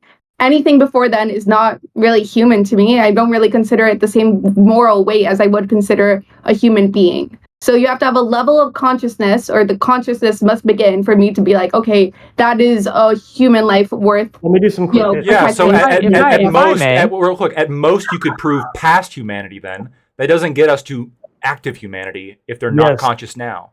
Can I please do some quick That's the point. The point is like, oh no, there is already an established level of humanity there. That is where I would establish there was an established level of humanity. So, Pixie, do you think me shooting a dead person, a confirmed dead person's corpse, is more or less morally bad than abortion? Or equal? More or less. Okay. Again, abortion. Is it more murder or less murder? If we're talking about abortion at conception, I would say it's the same. At implantation. It's exactly the same. So yeah, absolutely. Okay. So it's not less, right? So it doesn't matter that that person used to be alive, because the fetus didn't used to be alive. Because they're not gaining any chance of consciousness again. No, yes, exactly. That's my point. You only care about past consciousness as it informs the likelihood of future consciousness. But we only care about future consciousness if there is confirmed evidence that there was past consciousness. But why? This could become conscious at any point. It's that was conscious at hold on. You could argue it's very fucking unlikely. No. You can argue that the this coal. This is a flaw in your argument. The coal. You can argue that. You can argue the coal. If I may, gang, you guys have been talking all day. It's my turn to talk. You're a moderator. You haven't. I am, but I want to talk to. Have you not seen my show? Have you not watched WIC TV before? You know how I do. I know. But this is the flaw in the discussion here. Is if you have like the reason we care about future consciousness is because they have established that they were conscious in the past. Now, I have a problem with Pixie's argument too, which I want to ask her about too, because when we talk about these levels of consciousness, we could make the argument that a 2-month-old doesn't have the same consciousness as a 20-year-old. They're different. They respond to the world differently. They're not. Are they really conscious? I don't know. Wait, can we finish their and like not addressing my point first before we jump into a new one? We keep addressing it. You just don't like the addressing. No, it's not. We don't like it. It's that you guys are wrong. She already admitted that she cares equally about me shooting someone who used to be conscious as she does about me aborting someone who was never conscious. So it's clear that the past consciousness in isolation is not what matters, and it's definitely not the reason we care about future consciousness. It's the opposite. We only care about past consciousness as it informs future consciousness. That's why she thinks that me shooting a dead person is the same as aborting a fetus that was never conscious, because it ceases to matter whether or not something used to be conscious if it's not informing their likelihood of future consciousness. What I'm saying essentially is that when it comes to the whole question of, again, this person might revive or whatever, then, okay, is there an established consciousness that already happened? If there was never an established consciousness that happened, then I don't give a fuck, because they're not human, okay? You got to let me address this. This model might somehow magically develop consciousness. It hasn't right now. I have no proof or evidence that it is, so I'm not going to treat it as such. Just because something has a potentiality of developing conscious. Okay. Well, this is the. Again, you went right back to the trope of, this informs whether or not it might become conscious in the future. What Jeb's trying to say, we understand your argument. What you guys are saying is we only care about future consciousness if you can prove past consciousness, right? That's your argument. And what Jeb is saying and what I'm saying is, why does it fucking matter whatsoever whether or not something had past consciousness? That's the past. It's over, right? That is not over. By definition, if it was, it is now over, right? The temporalness of it is. There's a difference between someone having a temporary cease of consciousness that could be brought back. When someone comes back, are they automatically losing? Do they lose all memory? Yes or no? So you're talking about. It's not really over. No. You're talking about whether it's not really over, is it? Just hold on. If you can bring something back, that means that now it is over, right? Because that's what bringing it back means. The word "was" means not is. It means was. It means in the past. You said it wouldn't be anymore. Yes, by definition. Anymore. But the word "was" by definition means not anymore. Yeah, okay, would you like to surrender that? Temporary implies that it's not completely gone. By the way, wait. Does this mean that if I have like a flash drive that I can plug into a brain that has memories, and then I will plug it in to like a fetus, then now it's like a currently conscious? because it's got memories now that own it Hold or on. that are, that's attached to it, and then Well, it's going to let me ask you, Lactoid. regain those memories when it gets Let born. me ask you, Lactoid. We have a robot which could potentially be implanted with a human consciousness and a human soul. If I destroy that Soul? robot, should it be illegal or immoral? I So- haven't implanted it with anything yet. I haven't put in those memories, but I could. It's possible. It has the potentiality that I could put it in. The reason, should it be illegal to destroy that robot? yeah, the reason why, like, I'm gonna say it shouldn't be illegal is because, like, I, on a presuppositional basis, only value human life, specifically persons, which means that I don't care. The robot could be conscious, and I would still think it should be legal to kill it. I rooted for the humans in the movie Avatar. The blue aliens should have like bowed down to us. I'm dead serious about this. So this goes into a totally different fucking realm that it's going to be like a waste of time to get into. But what Jeb is saying is that, like, was is not is. If something was conscious, now you're saying, well, what if there's like a bank of memories that when the consciousness regains or gains, then it can access that bank of memories. Well, that doesn't really work because we could find an artificial way to have memories banked for a fetus for when the fetus gets born, but that wouldn't change your argument about whether or not the fetus is currently experiencing consciousness, right? Just because you were experiencing consciousness has nothing to do with whether or not you are experiencing consciousness or whether or not you will again in the future Should it or be will for the illegal? first time in the even future. still, even still, the priority would still remain with the original person, because that's not even that fetus's actual consciousness. It's someone else's memories put inside of it. So even then, that's not even really still the person. Why does You've that taken matter? that person's personhood. That definitely matters. If you take someone's personhood, put it inside of a fetus, you've basically taken that entire person's life. No, just the their reason memories. why we don't treat it. That is their humanity and their life and their consciousness in and of itself. That's the person. If you take my memories and put it inside of a baby, you've taken basically because on top of that, my body is an extension of myself. You've basically taken my life and given it to something else. You've on some level That's a robbed very someone of their deep life. There's philosophical more to your question. It's not person. There's philosophical at there's all. more to your There is- person than just memories. Okay, first of all, and then here's the kicker. This is where The wait. This is where you lose. What about somebody who goes into a coma and then loses all their memories? Are they not conscious anymore? Or can you kill them while they're in a coma? Because now they they the have same person? memory loss. Yeah, they have memory loss though, so they have no memories. Now they're But are basically a they the fetus, same right? person after There's that? more You to don't- there's you don't more to know. a No, person than they have just no the memory. memories. They have no memories at all. And they're not You just said conscious there's right more to now. a person than just their memories, right? You don't know. Wait, You hold don't on. know. Wait, There wait, is wait. more to a person. There is more to a person than just more makes up your consciousness than just memories. You have Well, predisposition, personality. You have personality differences, all sorts of stuff that makes up who you are than just your Yeah, memory. but everybody has like their own personality. Well, first of all, that was my point. That now you're co-opting. You gotta get over the I understand. New example. Hold on. I understand that people have like personality traits and predisposition. Hold on, wait, please. I understand that people have personality traits and predispositions and et cetera, et cetera. But what you are arguing is that the reason why past consciousness matters whatsoever is because there's this like bank of memories. Because without that bank of memories, every person's still going to have different personality predispositions. But if you have somebody who goes into a coma, let's say they get hit by a car, now they're in a coma, and they also suffer from like long and short-term memory loss where they don't have that bank of memories, should I be able to go shoot this person? Can I cut in? Hold on. Oh, I never- Yes, you can, because that's you can answer yes or no real quick if you want, Rashad, but go ahead, Pixie. Basically what I was about to establish is, to me, consciousness is not just memories. Consciousness is the ability to like actively experience, right? Part of that is memory, but it's not only memory. So that's why when you're saying like, oh, if I implant, the memories of somebody into like a fetus or something, that seems very, I guess, not in tune with reality.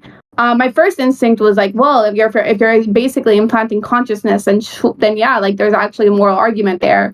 But then my second reaction was like, well, consciousness isn't just memory; it's the ability to have like an active, like lived experience.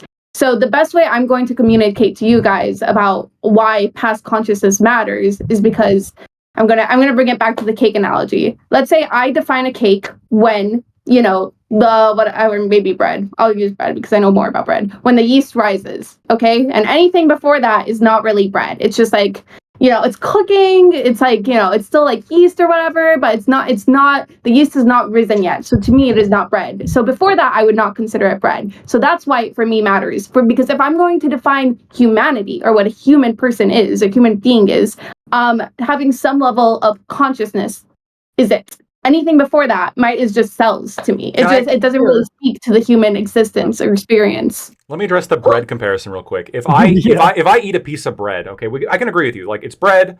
Like, at some point we both agree it's bread. If I eat the piece of bread and then, like, I take a shit and then I use that shit as fertilizer to grow wheat to make more bread, is it still bread while it's my shit? Because it was bread, and now it's going to become bread in the future. But right now, while it's my shit, is it still bread? Okay, the answer to that is obviously no. Why not? It was bread and is going to be bread. So why isn't it bread now? Well, because it literally went through like chemical decomposition. Like, it's when you look at it, right? Well, yeah, it's chemically completely different. The example you used was a person in a fucking But why does that matter if it being bread before is what matters? Bread is compared to consciousness here. Your argument, Lactoid. Not at all. You would say that the shit that you are making has a possibility to one day be bread in the future, so you should treat it as bread. No. Wait. Let's get back to That's not my argument. That's not my argument. That's not my argument. Are you saying? Wait. That's to the original reason we're here, because we're going into hypothetical land. That's a straw man. We're talking about abortion and the argument that was Jeb. That was Jeb. That wasn't me. Jeff has been that because it will one day become a person that it should be entitled to these basic protections. What percentage of bread shits become bread? I don't know, but if it's greater than 70%, greater than 70%, in your argument, you would consider we should treat it as bread. Yeah, if I put my shit in the ground. No, hold on. You agree with me. If I put my shit and I ate bread and I baked it into a pie as the bread crust, the bready bread crust, under your argument, that would be the same, and nothing should happen to me. If I put my shit in the ground to grow more wheat to make more bread, and you, again, burn down my field, even though all that is there right now is shit, you have to pay me for the bread I was going to make with that shit. Because once I've put it in the ground, it projects a certain level of certainty of future breadness. So you have to pay me for the damages of the bread that I lost for burning down that field. I have a very easy question. I have a very simple question. When someone is in a coma, just because they were in the past conscious, if we're pretty certain they're not going to be, we can pull the plug. But if we know they're going to be, you don't get to just pull the plug on them if they have an advance directive not to, or if there's no advance directive at all, you don't get to just pull the plug on someone that you're 70% sure is going to wake up in 8 months. You just don't. I didn't clarify my position because Wick misstated my position. I want to clarify. You'll get a chance. Okay, I need to clarify because people think I'm crazy now. Actually, please, I'm begging you. Let me finish the question. I just have a very simple question. Jen, sure. Would you eat the shit? Would I eat the shit? No, because I don't think it's the same. You guys have been telling me I'm saying it's exactly the same as bread right now. I'm saying it has offered the same baseline protection in the law as what it is going to become once it reaches a certain level of certainty that it is going is that. You understand? You're head scratching because it's a hard thing to get around, and you can't think of a new straw man for it. Doesn't mean it is. That's you. You're the one saying that because it was, it is. Okay. Lactoid, clarify. Let me clear up my position. Let me be clear up my position because my position is that I actually don't value potential life because of the infinite regress problem. If it is a person now, then I value it. And then when it's no longer a person, I have no value of it whatsoever. So in the poop example, I do not, like, regardless of whether or not the poop was bread, I would not eat it. I don't value it whatsoever. It's poop, right? And you can tell me that it might become bread in the future. I still don't care. It's poop. So my position's actually very consistent on this. But what you guys are saying is that, well, if it was bread and it will be bread, then it also is kind of bread now. But it's not. Like, if it was conscious and it will be conscious, then it is conscious now. That's not necessarily true. It's unconscious right now. Yeah, no, but the example that you gave was that it will be conscious again. That was conscious. It's in a weird middle state or whatever, and then it's going to regain it. And this is the weakness of valuing consciousness, by the way. Because if you value consciousness, then, I mean, honestly, I feel like as though you should be allowed to kill sleeping people or people in comas. I don't value consciousness. Even if you're unconscious, if you're a human being, I'm not going to kill you. And for me, that's not even the analogy I was making. I was saying you don't know in the future if that person is going to be conscious until you really get into the nitty gritty. And in the cases in which we know they are likely not going to regain consciousness, we don't care that they were in the past because it doesn't inform future consciousness, so we can pull the plug. But when the past consciousness does inform that they will be conscious again, in the case like they are wiggling their fingers or they did mumble somebody's name, we know they are going to be conscious in the future, then we can't pull the plug, because the only time we care about past consciousness is when it informs future consciousness. So let's talk about future consciousness for a moment. So Jebkin, and engage with the hypothetical, please. So, okay, we know in this hypothetical scenario that my partner, my wife, girlfriend, whatever, right? If I have sex with her and I cream pie her, she will become pregnant. We know that. Okay. We know that's going to happen. We know 100%. It might, yeah. Should I be charged, or should there be any kind of legal thing against me if instead of having sex with her, I just come on her titties? Should she be charged if she swallows my cum for murder? No. Yes. No, I'm kidding. Go ahead. Wait. Or for obviously abortion? Why not? Because again, we know in this hypothetical there was an act I could have taken that would have made consciousness. That would and you just didn't do I have the act. deprived a consciousness of existence. And I agree. You should be allowed to not have sex if you don't want to have a baby. You should be allowed to not have sex. You should be allowed to it sounds like you're actually going to hold people criminally accountable for not actually prioritizing the creation of life. No, not at all. What part of my argument said that? Please rephrase that. Okay, so the argument is that because of the potentiality of life, right? The potentiality of life is the reason why Okay. Having it kind of sex with messes a woman, things up. No, if you can actively put the seed inside of the woman, but you choose to do otherwise. Yeah, you have not made the choice with the potential of life. But it did. You have jeopardized the potentiality of life. No, because what you guys are saying, that could be consciousness, and you've destroyed it. Yes. No, you haven't. Okay, so let's lock up all the because you didn't make the choice to put the cum in your balls. You didn't make the choice to have it have 100% success rate. Technically, you just chose not to make the choice to invite yourself into the conversation about potential life. When you have sex, you are inviting yourself into the potential for life. There still needs to be consent there. That's why the rape thing is dicey. That's why kids are dicey, is because you do still need the consent part. And if you don't consensually engage in action, obviously you are not at risk of, you shouldn't be at risk of being charged for that action. But when you make a consensual, active decision to enter into the risk of having a child, you are consenting to the risk of having a child. I am not consenting to the risk of 100% I'm not consenting to having a child just by nature of the fact that I have cum, because I didn't choose to have cum.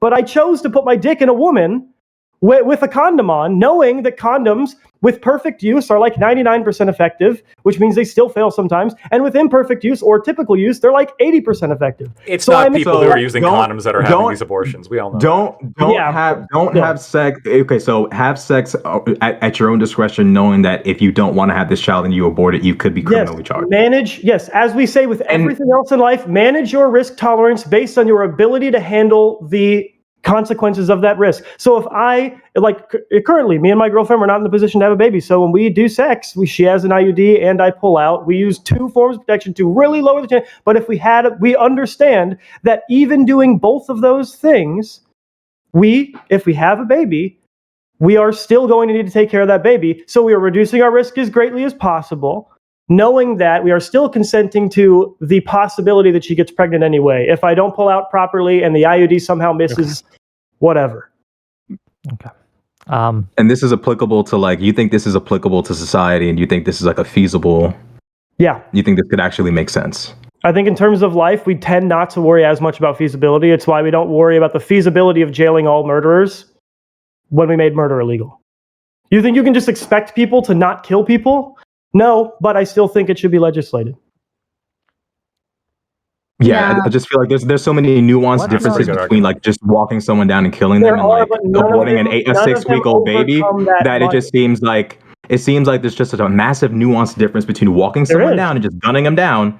I agree. So much of a massive nuanced difference that there probably shouldn't be any jail time for someone of their own body their own child, not your family, not your child, But not it's your that body. child's body. Killing that, it's not even a child yet. It's just an embryo.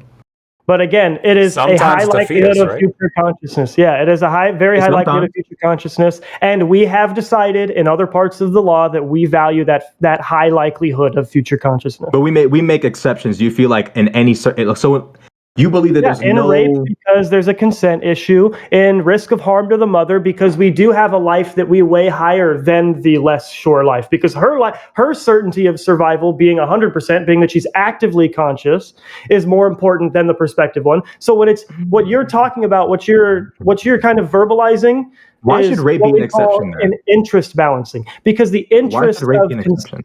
because one of the major arguments I'm making is taking a consensual act that invites yourself into that risk. So consent is an interest I am balancing against the interest of preserving life. So just because it's not that it changes the life calculation, it is that interest is balanced against the life calculation interest. One is arguably trespassing when the other one isn't, right? Like, even though, yes, it's a life, like, yeah, and we're balancing it. And then there's also the state interest generally of keeping people from being incentivized to. But I mean, couldn't the same argument be made for like a broken condom? Hey, I didn't consent to having this child. No, because you consented to the known risk of condoms breaking. You don't consent to be raped at all. Yeah, That is by law I mean, like we could easily say you consented to rape by walking outside in a certain outfit. I mean, we can Hold stretch this to your on. example. Okay, No, wait a he's right. second. No. The reason why I'm making this argument, no. You've The opened reason why a I'm making can this of worms, argument, friend. the reason why I'm making this argument is because we talked about motherfuckers going outside, driving their car, consenting to possibly killing somebody. So you walking outside in a certain outfit, you kind of consented to being sexually assaulted. So why can't you push it even further? Because if you go and drive your car and someone hits you, it is not implied that you consented to that act, right? Oh, they have damaged you. That's the compare. Yeah. Yeah. Okay, so as long as you don't commit, so consent. So you're trying to take away consent as long as you're the one who's not doing it. I'm gonna pass the ball. That makes. If you're the rapist, you obviously have responsibility.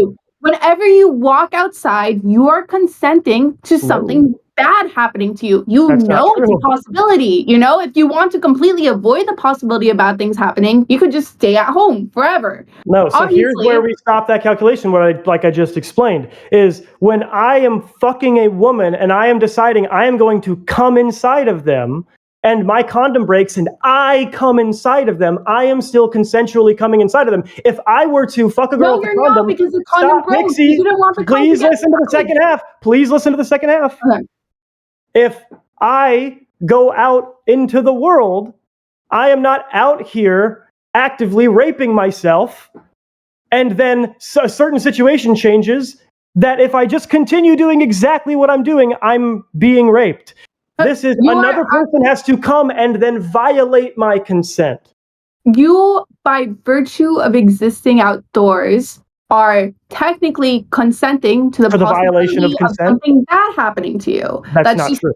Yes, like I know that the second I walk outdoors, something bad can happen to me. The question you are not consenting to other people violating your consent, though. Yes, if I go outside and I trip and fall, yes, I'm consenting to that risk because nothing came and violated my consent. Well, hold on. But if someone comes and fucks my ass, I am not consenting to that because they are coming and actively violating my consent. This is a line that, like, there's a difference between consent and responsibility, right? So consent is just permission, right? Responsibility is like the like how much the action should be tied back to your character based on the actions that you've committed. So there's a difference. Like, so if you are going outside, like you could maybe make the argument that you could potentially be responsible for tripping or slipping on something, but you didn't consent to doing that necessarily because you didn't like give permission for that to happen. But when it comes to like condom usage, I think this is also maybe a question of like consent or responsibility. Like, you're engaging in a risky action that has the potential of causing pregnancy. There's a level of responsibility there if you as an adult are engaging in that action and a risk is realized, right? If here's an example. Like, let me give you an example, right? So I'm a proud like 2A supporter. Let's say I walk outside with my gun and I start like shooting in the air, but I'm shooting at like a diagonal, right? the likelihood of that bullet hitting somebody is actually extraordinarily low. But if it happens, I'm responsible, right? Would you agree I'm responsible? Even if I didn't like intend to kill somebody, like I still engaged in an action that wound up killing somebody. Yeah, I understand what you're saying. I guess I'm just a little bit confused. I'm stuck at this part. Condoms have a 99% like effective rating, right? Perfect use. Yeah. So you're saying if the condom breaks, you're essentially consenting to having a potential child. But then when it comes to like the car example, like I'm pretty sure I guess I'm interested in seeing the stats on this, or if we can run it down, because from my understanding, you're probably more likely or more at risk of getting literally hit by another car than you are with a failed condom. But maybe I'm wrong. No one is violating my consent when that happens. Okay. I am being coerced I don't into an understand your accident by distinction. I someone. don't understand your distinction. I just told you that you interrupted it. No, I just told you it and you interrupted it. I am not being coerced to continue fucking.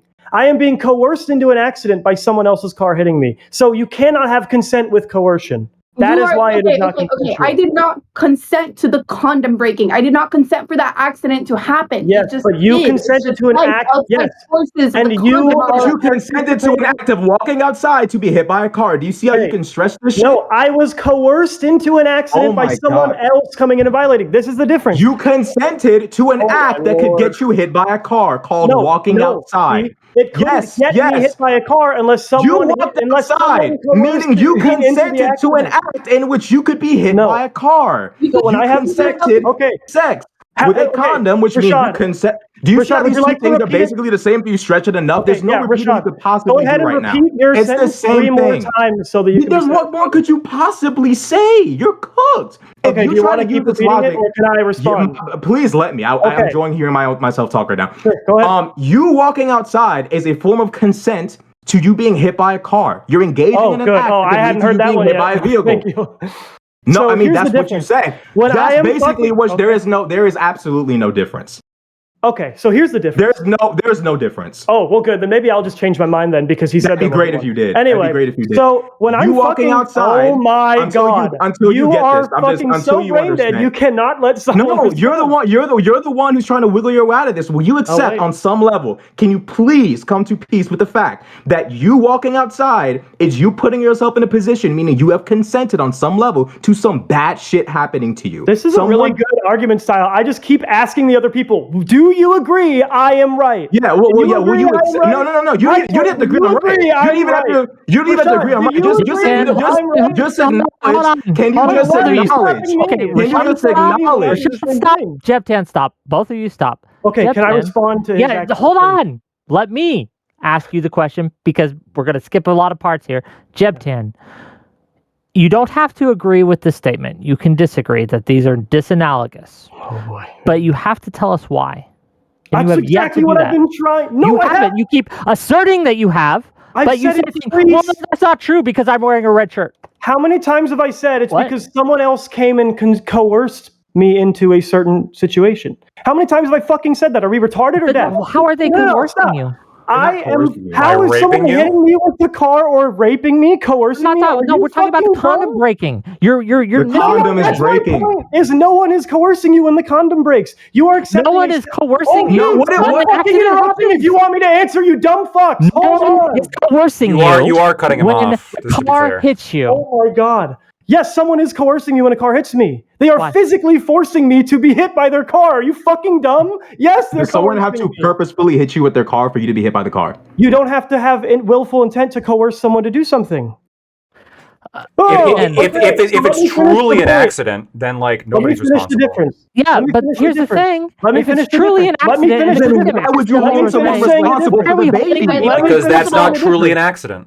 Let me finish saying the difference. It's negligence. When I'm fucking someone, I'm accepting that there is a risk with zero outside person being able to intervene. If no one comes in and changes anything for me, I know that condom can still break. When I walk outside, I know for me to get hit by a car, someone else has to hit me with their car. So I'm not consenting to it. No, the Yes. car could just be coming out. Like someone could have let their brakes off and it could just be coming out. No one else could be involved in the process. Yeah, that's that's exactly what I said about tripping and falling. I do think you accept the risk of tripping and falling when you go outside. So no one has to pay your medical bills when you go and trip and fall. Do I consent to lightning striking me when I walk outside?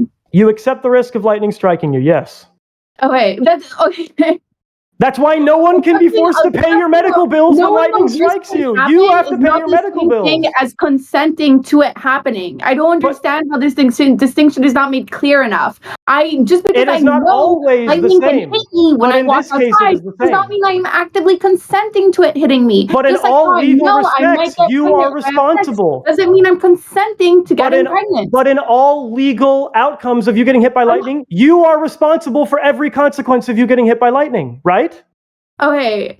I don't even know how to begin here. No, are you held responsible for your medical bills? Are you held responsible for whatever you do afterward? If it were to drive you insane and you were to cap somebody, first of all, you're fucking responsible. One, I'm asking a moral question, but two, even legally, let's say OSHA. Let's say you are working at a construction site or whatever, and the beam you're using or the beam on top of you is rusty, it falls on you. You know when you go to work, right, that there is a possibility of an accident happening. We all know that. You would not be held legally responsible for the fucking beam falling on you. What do you mean? Yeah, no. Or on someone else, to be clear. Yeah. So if you take all necessary precautions, all necessary precautions to reduce the risk to a manageable level, right? Okay. Because we recognize that there's always going to be risk in these activities. But if you do reduce it, if you can prove and show and document that, hey, I took steps X, Y, Z, A, B, C, then if the risk happens, we don't prosecute anyone. No one is fined. No one is held responsible. That's not true. Wait, hold on. Have you heard of workers' compensation? Yeah. The employer is responsible at the end of the day, right? Yeah. Because they are the ones who own the property. They are the ones that the worker's going to, and then the worker gets hurt, they get paid. Yeah, but the worker and you have signed into an agreement. The company would essentially be the condom. No. The company is one party. The condom breaking. Yeah, no, the company is one party. The company is one party. The workplace being dangerous when it shouldn't have been dangerous. No, the company is one party. Like the worker is a different party, and then like whatever material the worker happened to get injured on, like that's like the condom in this analogy, right? So you're right that like. Taking actions, or maybe not the condom, but like sex, right? And so, you could take actions to like prevent risks from occurring, but like even you can be in fact expected to take actions to prevent risks from occurring. But even if those risks materialize, depending on like what kind of action was taken, you can still be held responsible in some way. Workers' compensation, child support, right? Only if you're the company. Let me ask you this. Let me ask you this: if the condom breaks, should I have to pay child support? No. Really? So I can just say, I was wearing a condom and it broke, and now I can just impregnate as many women as possible, and I'm never going to be held liable for child support. I never said that you should try to impregnate as many women as possible. No, I never said that I should try. What I'm saying is if I started like cycle impregnating women across the East Coast, like that one JP guy, and then like that's what I was doing. And every time I said, in a very credible way, because I'm a very manipulative person, I was wearing a condom and it just broke. Okay, you're saying that you can't come after me now because hey, the condom broke. There's a difference between like ill intent, right? You're saying like, oh, I'm like lying, like I'm actually purposely like impregnating woman, right? Which is a violation of consent in that case. I'm not saying stealthing. I'm saying just like lying, like arguing that I was using the condom. Yeah, but you would be aware at some point that your condom keeps breaking if you just keep going and going, right? Well, what if I have like an unlucky streak where I have like 10 pregnancies because my condoms keep breaking? Now I'm not responsible for any of those kids? Wait, so knowledge of the risk is accepting that risk? No, I don't think knowledge of the risk is accepting the risk. Okay, for the last bit. I'm never paying child support ever again. Hell yeah, I'm just going to cycle impregnate. So first of all, this panel is a meme factory. We're talking about eating shit, condoms breaking, and no one paying child support. It's a meme factory from start to finish. I wanted to talk in this very last bit I want to talk about legal consequences. So, to Jebtan and to Lactoid both, and this is for both of you, right? We talked a lot about there should be at least some form of legal consequences if a grown woman, right? We could set child stuff aside. We'd step rape and incest and all these things. We make a law where it's illegal to have an abortion after 10, 12 weeks, whatever. A woman violates that law knowingly and gets an abortion. You think they should have some sort of legal ramification, correct? The woman? I do. Yes, Yeah. a woman. For me, it depends on the. I think you would need to provide a burden, obviously, for willful intent Assuming break the law. Let's assume that's true. They've broken the law. Wow. It's true. Yes. Yeah, no, I think if you can demonstrate that they knew it was illegal to get an abortion, they got it. They should suffer some sort of consequence. Some sort of consequences. We don't have to talk about what. They're adults. Great. Excellent. Should the father as well? It depends on his level of involvement in it. Yeah. Okay, at what He's point that's is the right his answer. involvement in, like, If the father is aware, he's an accessory. If he actively coerced her to do it, he's guilty of conspiracy to So, commit. Like that kind of aware same he's an thing. accessory to the crime. So he doesn't even Yeah. have to help with it. He doesn't have to drive her. He doesn't even have to agree with it. He's By just the aware nature he that didn't it's his- report her.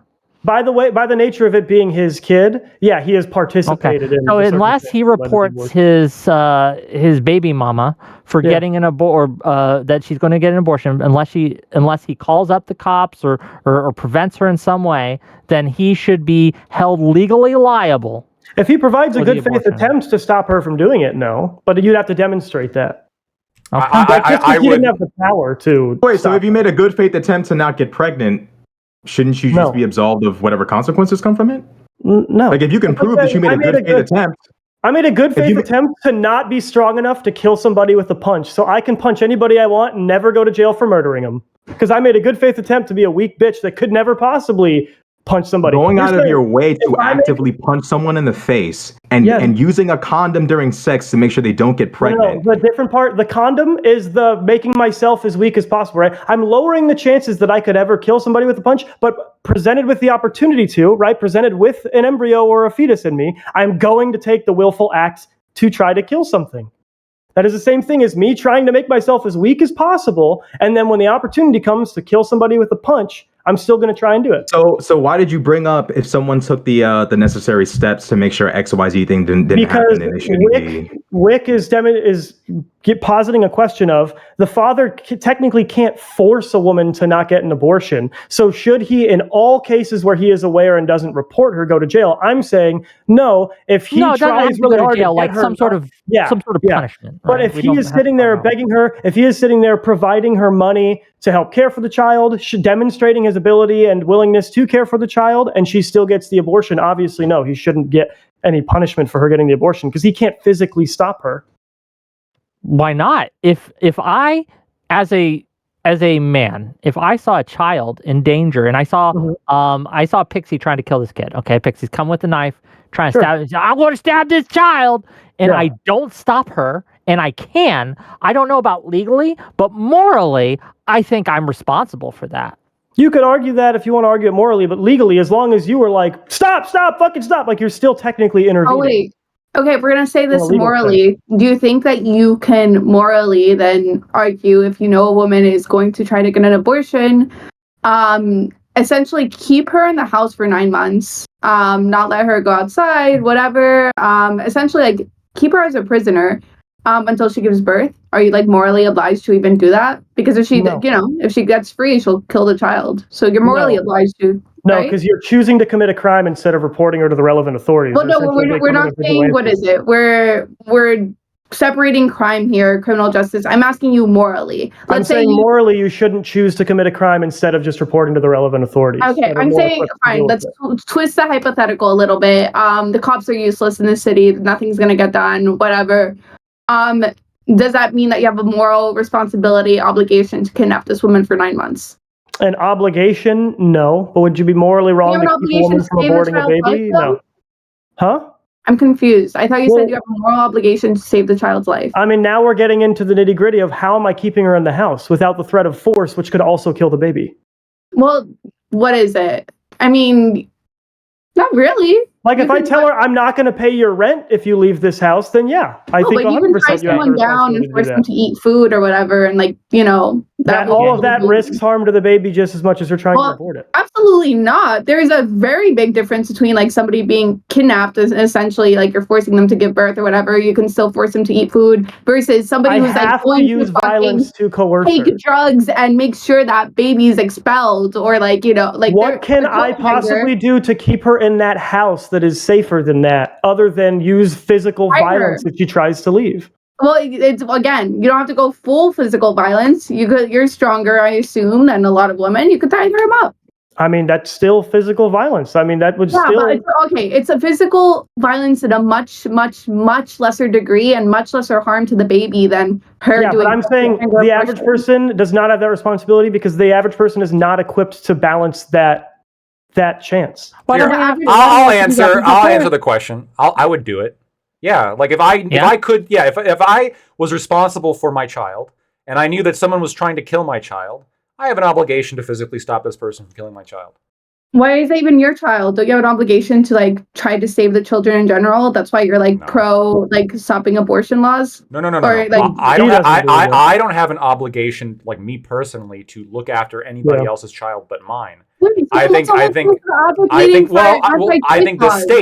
the state does have an obligation to stop murderers. What is the state except like an extension of like our will as people? You know, like our will, but not our individual responsibility. Yeah, there's a difference. Okay, let's take this brief moment to read these super chats that have been piling up, which I've been neglecting. I've been aborting, and I repent for it. And we will bring them to term at this moment, and we'll read through these super chats.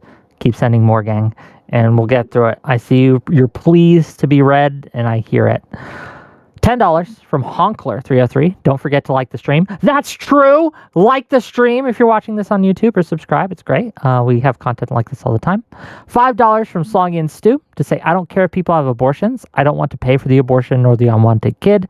However, abortion has to be considered immoral. Thank you for the $5. 5 Canadian dollars, which are lesser, but we still take them and we still love them, from Rabid Wombat. What's the difference between a fetus a month before birth and a month after? Why the difference in rights?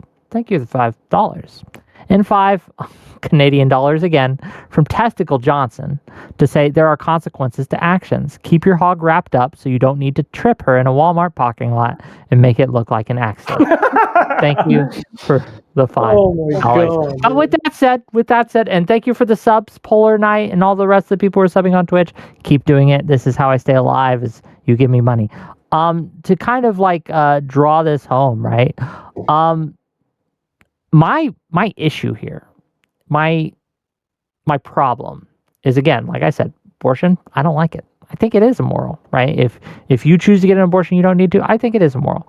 But when we talk about legality, when we talk about the legal issues at play, we have seen how some of these laws play out in places like Texas, where physicians are terrified of performing an abortion even to save the life of the mother, because they are worried about how the courts will see that. And the risk of them getting prosecuted is too great. So they, again, what this is leading to, boots on the ground, is people dying who don't need to die. And that is my concern.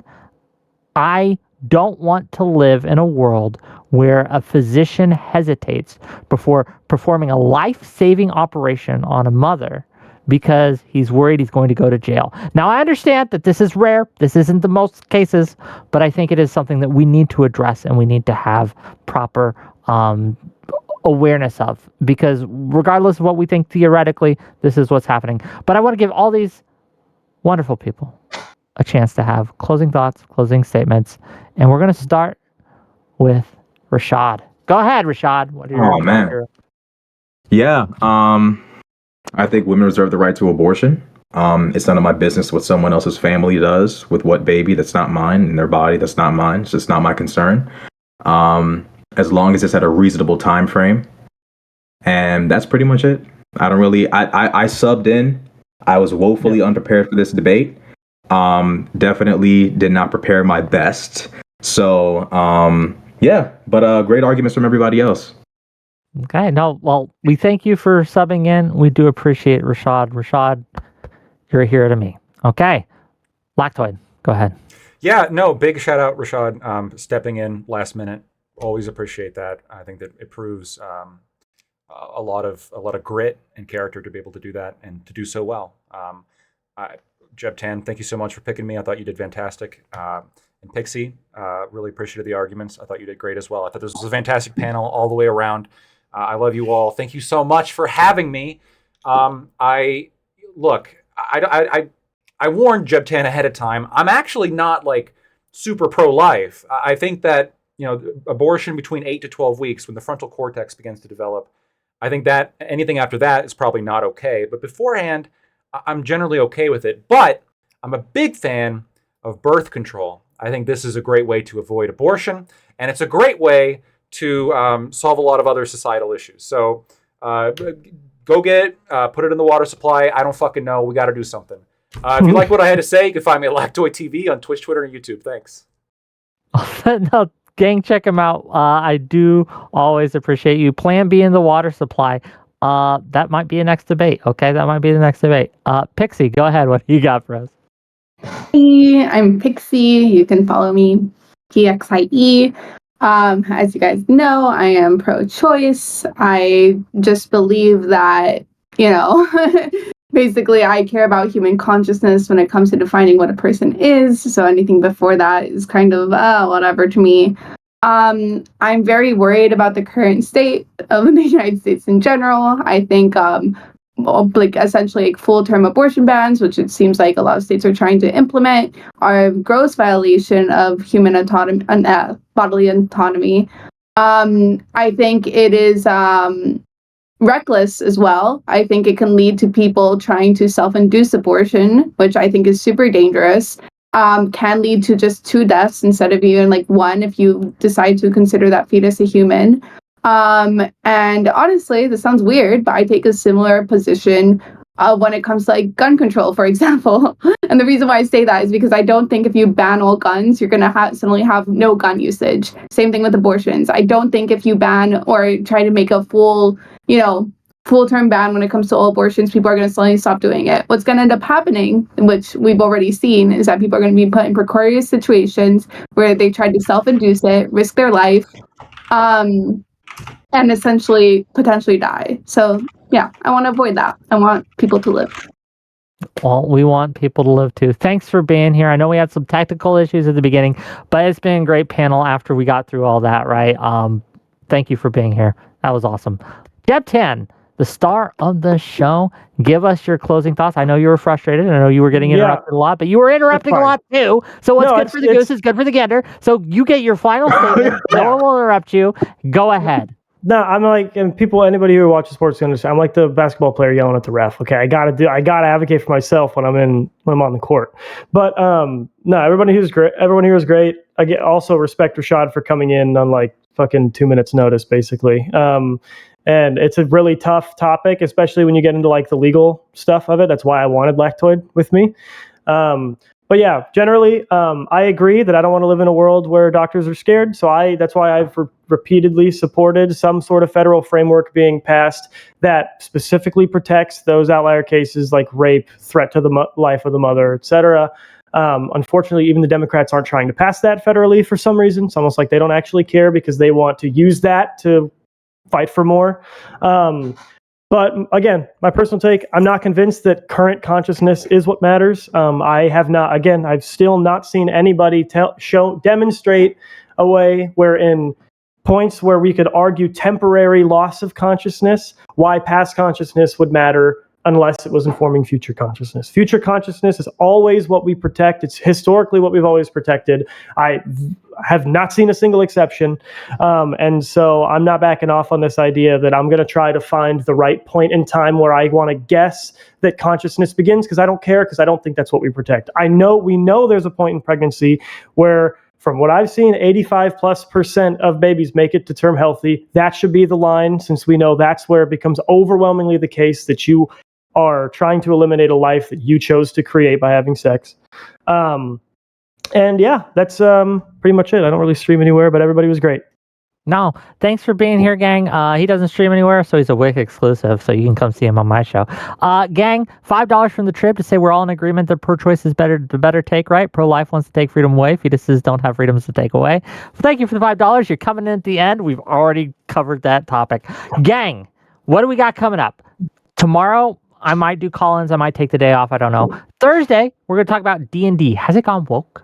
We have some great people coming on. Is it sexist? Is it racist? We're gonna find out. Friday, me and Rashad are teaming up to take on people to talk about censorship from the left specifically. That should be fun. You agreed to this, Rashad. You're My looking memory- like you haven't. Yeah, Check our DMs. I've- Okay, yeah. maybe that won't have. We'll find out. No, okay? it will happen. It's just I'm now consenting to this. I'm now officially making it known that I'm great. taking And then part. next week we have a show, and it's going to be on the question: if you were trapped in the woods, who would you rather be trapped with? A streamer or a bear? We're gonna find out. We're gonna figure it out. It'll be fun. Gang, tune in. Lacto, are you still gonna be streaming after this? Or are you? I'm not going to be doing for much longer. Okay, I got, then we're gonna go shit to I gotta do. someone else. We're gonna go to Rora. So say hi to Rora, spam those emotes, and let her know that Wick sent you. Okay. Oh, by the way, no, we'll do it next week. Don't worry. Disregard. Okay. Bye, everyone. Bye. Bye. Bye, everybody.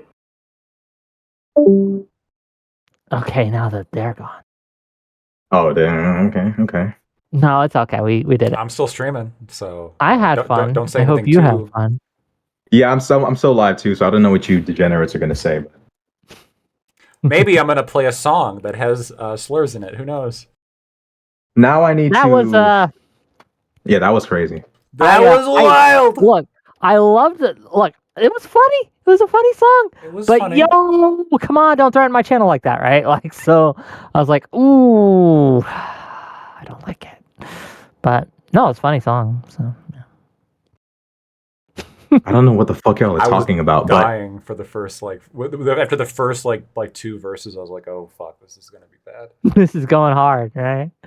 No, it's real good. It should be fun. I don't know. There's a lot. This panel, and I'm gonna be real. So many memes from this panel. Oh, that yeah. people are gonna clip. yeah. And I think the one that's going to get clipped, fortunately or unfortunately, Pixie saying, in response to your question, so if the condom breaks, should men have to pay child support? And her being like, nah. I think that gets Based. clipped and shipped. Like, A consistent feminist. everywhere. I like it. Okay. It's good, right? no, I was like, I was shocked at the time. I was like, okay. I guess. Nah, that was a good counter. He got her with a great counter punch. That one, I had to sit there and think like, man, do I want to go out on my shield, or do I want to survive this one? I chose survival. I chose survival. I don't know what to think about that. So I preserved myself and shut my damn mouth when I know I don't know what the fuck I'm about to say or what I'm talking about. But that was whew, he almost caught me with that one. Okay. Try Yeah, it. so that was a great panel. That was a great good. panel. I'm glad that your stream worked this time. And Yes. check back on the topic for Friday, so Mhm. you know what we're actually talking about. But for now, Oh yeah. think we all- I'm gonna prepare for that one. It's a good one. So we're Yeah. call-ins, right? I think we have some planned people. I need to make sure Okay. though. But it could be just to take all comers, and that would be fun content anyway. Rashad and Wick versus the world might be. Anyway, but for now, I'm gonna peace out. Peace out, Wick. girls. All right, big G's. See y'all. Catch you later. Oh, great. I'm the last one here, so I get to use this for my outro. Ha ha ha. Thepto, this would have been over if I entered the room.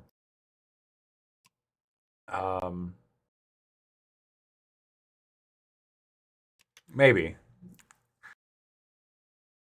You would have brought a different perspective. You definitely would have brought the hyper-religious Catholic perspective. I agree. And maybe that'd be different. Let's see here. Testicle Johnson. Rora is cool. Is this like a booby streamer? I'm not gonna send. I don't send people to booby streamers. I thought you and Jeb did a great job. Thank you. Yeah, I think here. I will say this.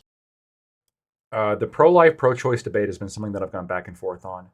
It is one of the most difficult moral conundrums, honestly. And I know that people on either side of this are going to say, no, it's super easy. It's like, obviously it's pro-choice, obviously it's pro-life. But there really are very strong arguments on both sides. There are. I agree that a lot of pro-choicers tend to not know them or argue them well, because again, the actual motivation they have is just about convenience. It's not actually about like knowing the principles or caring about the principles. Um, so you do see a lot of the same kind of tropes kind of come up and go back and forth. Um, but on the actual moral question, like there are good defenses on both sides, and I think it's important to recognize that conversations need to be had. And honestly, the overturning of Roe v. Wade, I think, really has allowed us in some way to have those conversations. It really was sort of a moral reckoning for the country of, now it's not something that we can just ignore and say, oh, well, it's, who cares? It's Roe v. Wade. No, this actually matters, right? And when it matters, now you get politicians behind it. Now it's in the public discourse definitely more than it was. And now we have people trying to work through it of like, well, we have something here that if we're wrong could be murder, could be the killing of children, which is like, holy shit, right? We got to be careful about that. But it's not necessarily, right? We may not be wrong, right? It could be a situation where it's not murder. And if it's not murder, well, now you've just done something also bad, right? You just potentially doomed somebody to a lot of inconvenience. And you violated something that I personally value a lot, which is bodily autonomy. So I think it's a very important conversation to have. Just logically, they mostly use emotion. Blue Fury says, sorry, I'm having a little bit of heartburn. Blue Fury says they mostly use emotion in storytelling. I agree, and that's the unfortunate thing. A lot of the arguments around a lot of politics is just emotion and storytelling. There are so many arguments that I have with normies. I touch grass sometimes. I know it's crazy. A lot of arguments I have with normies. And the arguments are always like, I'll say something along the lines of, well, actually, I've reviewed a couple studies on this, and believe it or not, this is kind of like what the evidence appears to show. And this is kind of what we see. And here's why it would make sense that we would see these results because of like XYZ causal mechanism, kind of intuitively getting there. The number one most common response is like, well, I know this person and they had a different experience. So that's obviously not the case. Or they'll say, well, that's just unfair. That's just completely unfair. That's ridiculous. That's silly. That's absurd.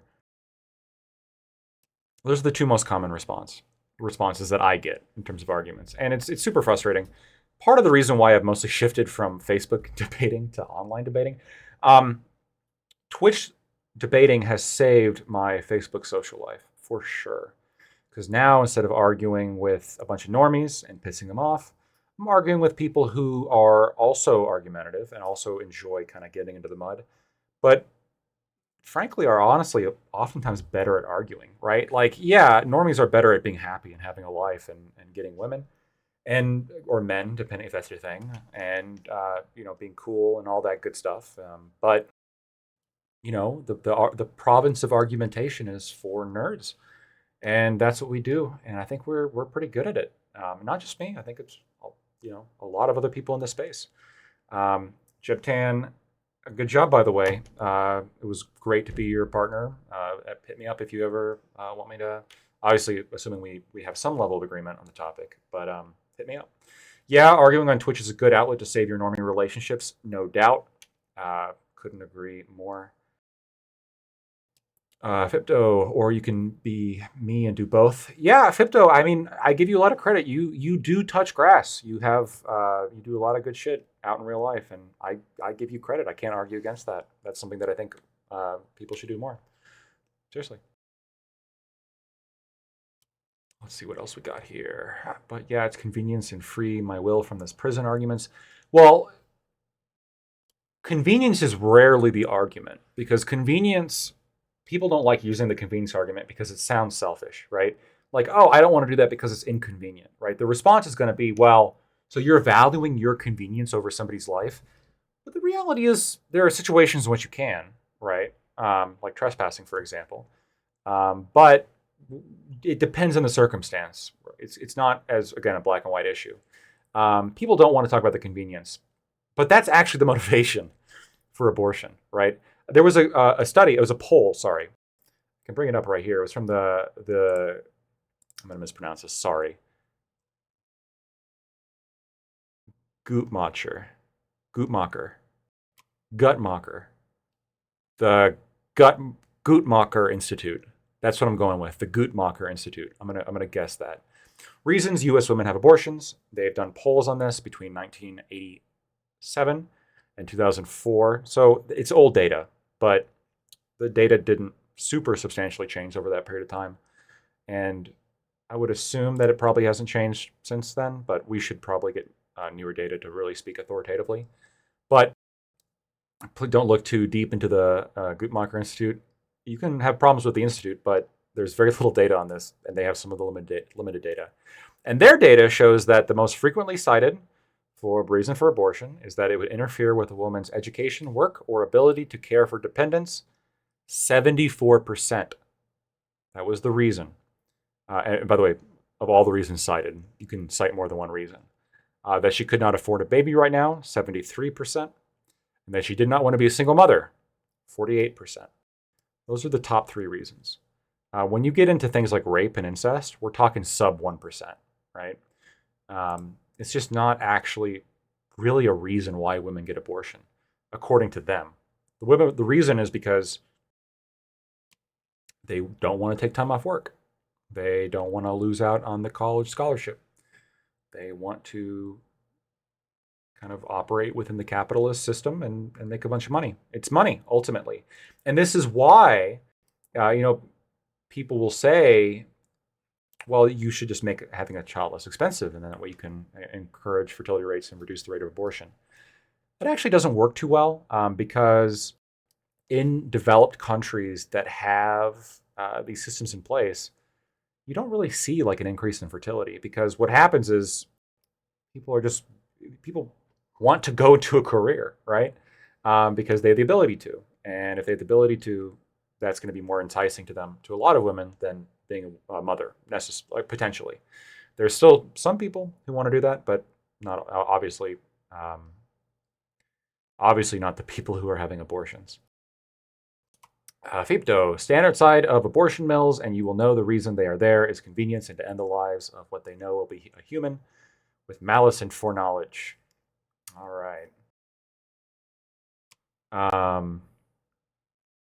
I agree with you that abortions are done for convenience. I'm not sure I would use the same biblical language, but you're obviously free to do so. The real reason is women need to become less educated so they start having children. I've heard this argument, actually, and if you actually want to improve fertility rates, this would potentially work. But, I mean, that involves like a bunch of, this would involve a lot more intervention than we currently have, especially you would piss off a lot of people. The real answer, I already read that. Patriarchy needs to be stronger. True. Don't clip that, but true. Hell yeah. You're a nice debater, by the way. You seem nice even when you disagree. Thank you. I do try to be nice. I disagree with people, and I am not afraid to make my disagreements known, and I'm not even necessarily afraid to make my disagreements loudly known. But I do try to avoid personal attacks, and I do try to avoid being an asshole. I know some people love being an asshole, and if I was an asshole, I could probably get a lot more viewership in the short term. But one of the things that I've noticed is that, in my opinion, people can disagree with me, slow and steady wins the race. I think there's a certain quality of user that you get when you're just a cheap asshole and you appeal to drama as opposed to substance. And there's a certain quality of user that you get when you don't do that. And I am very much trying to get the user that doesn't do that. I'm very much trying to appeal to the user who wants to see substance, who enjoys that. That's what I'm looking for. And for the most part, that's what I think I have right now. I look at my chat, and I think it's dramatically better than a lot of other chats. I think the people are dramatically better. I think the arguments are dramatically better. And I think also the users, you guys are much longer term. You're actually involved in the community, and I love you guys for it. I think you're good people, which is a lot more than I can say about other communities. Just my opinion. Yeah, Rashad and Pixie both started to make the convenience argument, then immediately backed off of it. True, but that's ultimately the underlying reason. You got to always remember that whenever you're engaging with an argument whenever you're engaging with a normie, philosophers are potentially different.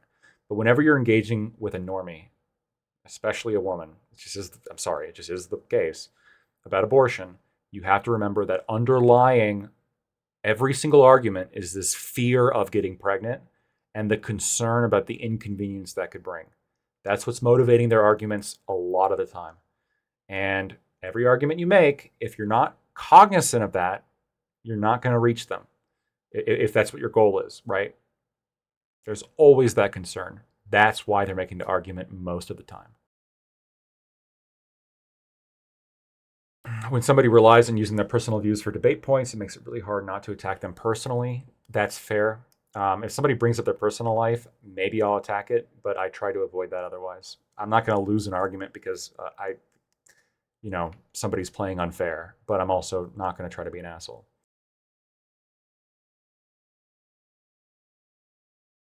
Let's see what else we got here.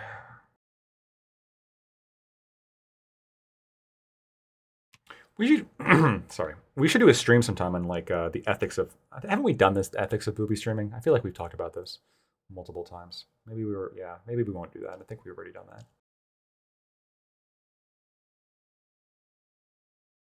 Birth control in most cases are abortifacient. God, I hate when I read words and so I know what they mean, but I don't ever talk about them, so I don't know how it's pronounced. Abortifacient.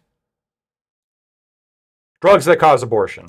Birth control in most cases are drugs that cause abortion.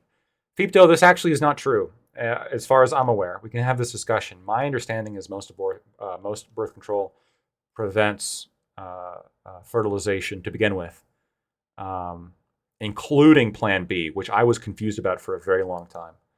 So I think most birth control actually is not producing abortion. I think most birth control is actually preventing pregnancy, according to the evidence I've seen thus far.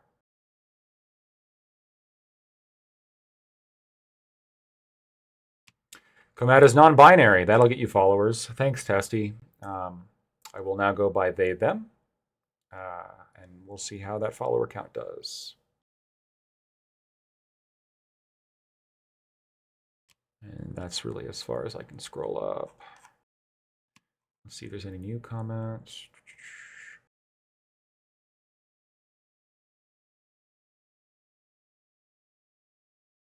The tip of my nose is really itchy for some reason. I'm not picking my nose. I wouldn't do that on camera. I've done it, but I'm not going to do it on camera. But for some reason, it's just fucking, it's itchy. I respect when people avoid personal attacks. Thank you. I do my best. Sometimes it's fucking hard, I'll tell you. I have a debate with Fanatic this coming Thursday.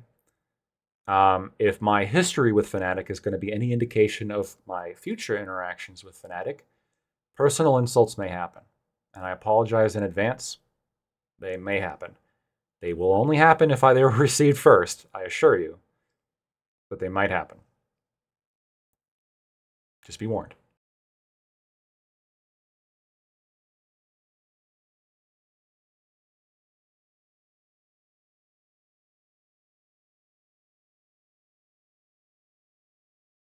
Lactoise lawyer coke problem. I'm sure lawyers do a lot of coke. I would not do that. I swear to God, wouldn't do it. I drink a lot of coffee, though. I drink about a pot of coffee a day. So kind of the same thing as cocaine. That much caffeine all at once. So the responses to my comment on Fanatic, oh shit, he's going to little bro you real hard. What did you do to Fanatic?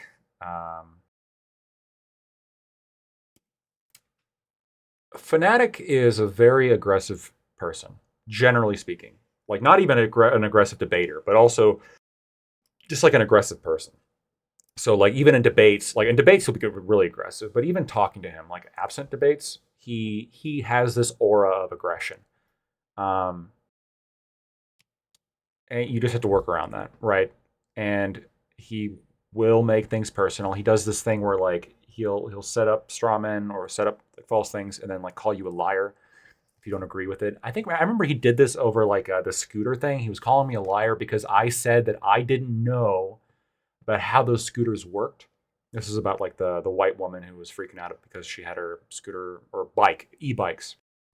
Their e-bikes stolen by some black youths that were in that area. And Fanatic was like calling me a liar for because he knew how these e-bikes worked. But he was actually wrong. And he released a video later reframing the conversation to make him appear right. But he also did not know how these e-bikes worked. And so instead of having the humility of just simply saying like, I don't know how these e-bikes work, we should wait and find out. We can't just knee jerk. He does not have that humility, and he'll attack you if you do. So I got no doubt that like that may happen again, but we'll just roll with it. It's no big deal. I can be calm until you come after me and be aggressive. Then I might be aggressive back. This is how it goes. I need my lawyer to be on coke to feel properly represented. Based. True. Maybe I should get into coke. Unless it's against Twitch TOS to say that, then definitely not. And I wouldn't anyway, because I like spending my money on other things that are legal, like guns. I just got a brand new gun. Those are not cheap. All my fellow 2A'ers out there, that's a good thing to spend money on. Hell yeah. I mean, it's kind of a drug in of itself, right? You buy one and then you're like, oh, I got to have every single one. And then before you know it, you've got a mini arsenal. It's easy to get carried away. I'll just say that. It's crazy. He can argue well when he keeps his cool. Yes, true. But then he gets emotional and it clouds his argumentation. Very true. He's not a dumb person. Let me be clear. I don't think Fanatic is a dumb person at all. There are debaters I think that are dumb. Fanatic is not one of them. He is just way too aggressive for his own good. And he gets wrapped up in the cycle of aggression. And then, yeah. And then he just loses track of the argument. And then we just start shitting and it sucks. Hopefully that doesn't happen on Thursday. I'm going to reach out to him and get an exact time because we agreed on Thursday, but we never agreed on a specific time. It's going to be sometime after work, obviously. So I'll get a specific time for you guys. Tomorrow I'll do some more research on it's going to be about on O.J. Simpson, specifically his trial. And then I'll learn more about O.J. And I don't really know what Fanatic's opinion is. I think it's knowing Fanatic how much of like a racial demagogue he is and how much he is partial to black people specifically. I expect him to defend O.J. Simpson and to say that he didn't do it. That's my expectation. But maybe he'll surprise me. I'm not going in. I'm going in expecting for a debate. But if there's not a debate, I'm not going to turn it into one. It can just be a conversation as to like the standard of evidence. Should the DNA evidence have been considered more? Is it okay that the jurors recently have been saying that they found not guilty as revenge for Rodney King? It's kind of a problem, in my opinion. There's been some interviews with some jurors who have been saying that actually we thought he was guilty, but because Rodney King happened not too long ago, we wanted to get back at the white man. I'm not kidding. You can look this up. These are actual interviews with the jurors of the OJ trial. It's pretty crazy. Bring up the armed robbery thing, Lactoid. I think instead of the armed robbery thing, we should probably bring up the 13 calls for domestic violence that occurred prior to the death of his wife, where she called the cops like 13 times saying that he was abusing her. I think that would be relevant to whether or not he killed her, actually.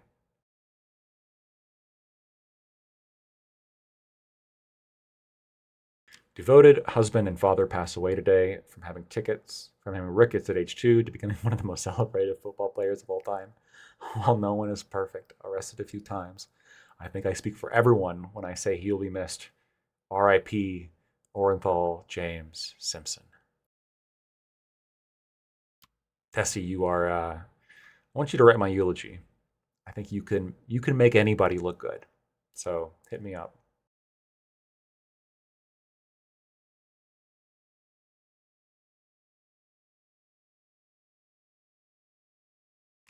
Hey, have you read the bills of equal protection going up around the country? You can make anyone look good. That implies you're a bad man. That's the joke. That's what I was going for. Like, I don't think I'm a shitty person, but I'll leave that up to other people's judgments. Shitty is subjective. I think a lot of people hate me because I speak to liberty in a lot of cases that they don't want to have liberty. And I mean, if their axioms are of the sort in which liberty is a bad thing, then maybe I am a bad person, according to their worldview.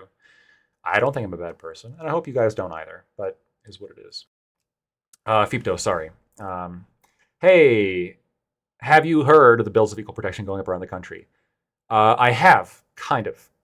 Unless you're referencing something that I'm not referring to. I think Title IX was expanded to other things, which here's my edgiest take, but I think it makes sense. I am opposed to the prohibitions on private discrimination within the 1964 Civil Rights Act. I think that you should be able to discriminate with your own private money, your own private house, or your own private business against anybody for any reason. We should abolish the concept of protected classes. The government shouldn't discriminate, but the government really shouldn't be discriminating for even non-protected reasons, really, unless like it's necessary. The government should only discriminate in areas in which it's necessary. But private actors, you should be able to do what you want. Equal protections for the unborn. Aha! It's an abortion argument. Gotcha. No. Oh, gotcha. You're talking about anti-abortion laws. That was clever. Okay, very nice. Title IX expanding more like blown up. I agree that I'm really opposed to the Title IX changes. I disagree with Title IX, but I really disagree with the expansion for Title IX. I think it's pretty crazy. Some of the things in there are just absolutely wild, and it just keeps getting more and more expansive. You believe in gender equality. I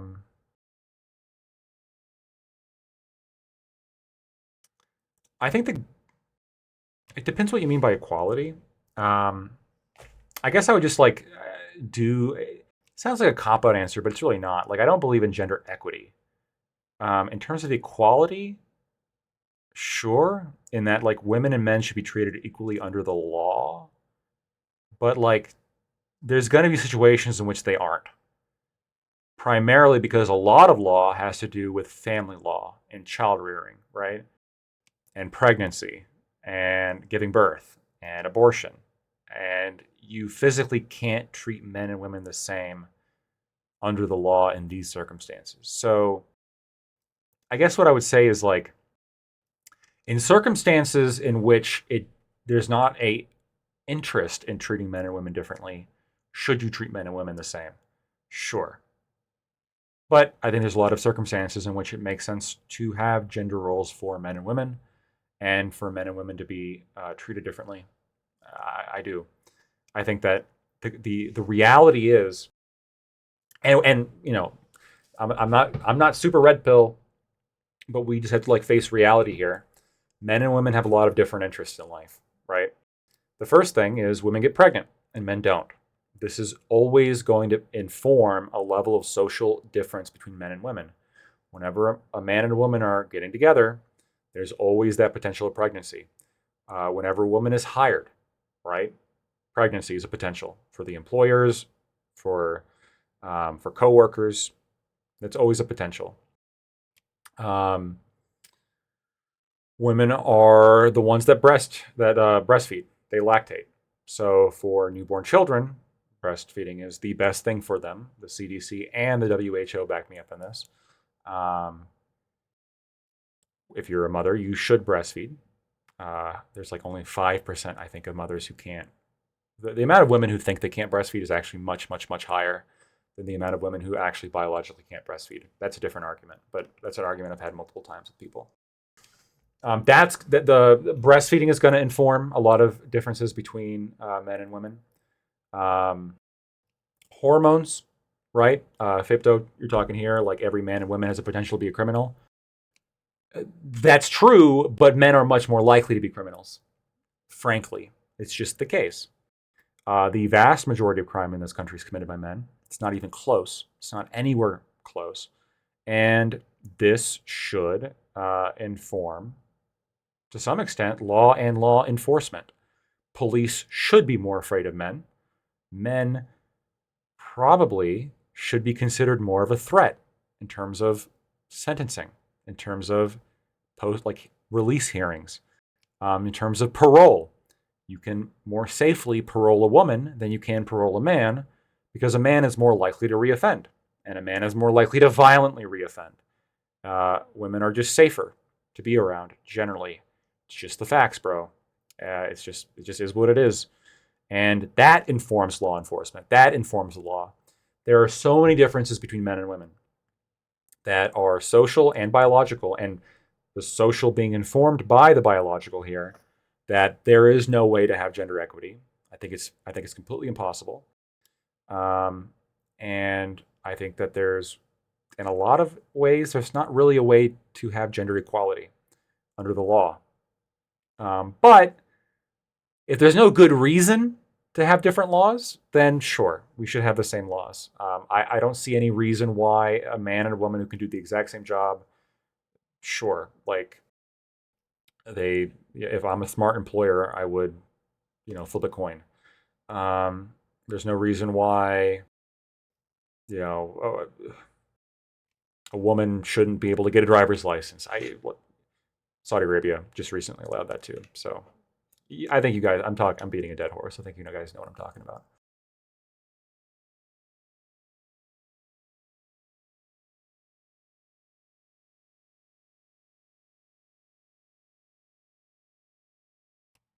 I'll take a look at this 1 second.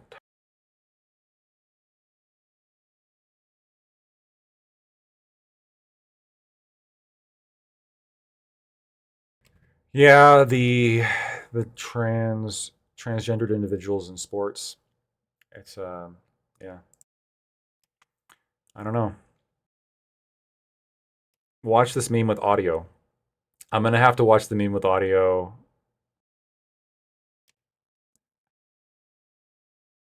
after. People are always telling me, Royce, you're a If this has a slur in it, Fipto, I'm going to be upset, just so you're aware. sexist. You only ever hire men. That's not true. I hire tons of women. Trans women. Why would I hire? Okay, I don't know if I can play this whole thing on Twitch. I'll watch it though. It sounds funny. Anyway, I told Wick I wasn't even streaming. I could have had all of his clout this whole time. Oh well. It's more important to talk to my loyal fans, my true compadres. For all of you who gave bits today, and subs and followers, or new follows, or even existing follows, I really do appreciate it. I pay attention to all the numbers on my stream. Maybe it's a little bit of neuroticism, but I do, and I also pay attention to all the comments. And what I have, whenever you guys are active in chat, or not saying that you have any obligation to do this, but for the bits and subs and stuff, when you guys do that, I really do appreciate it.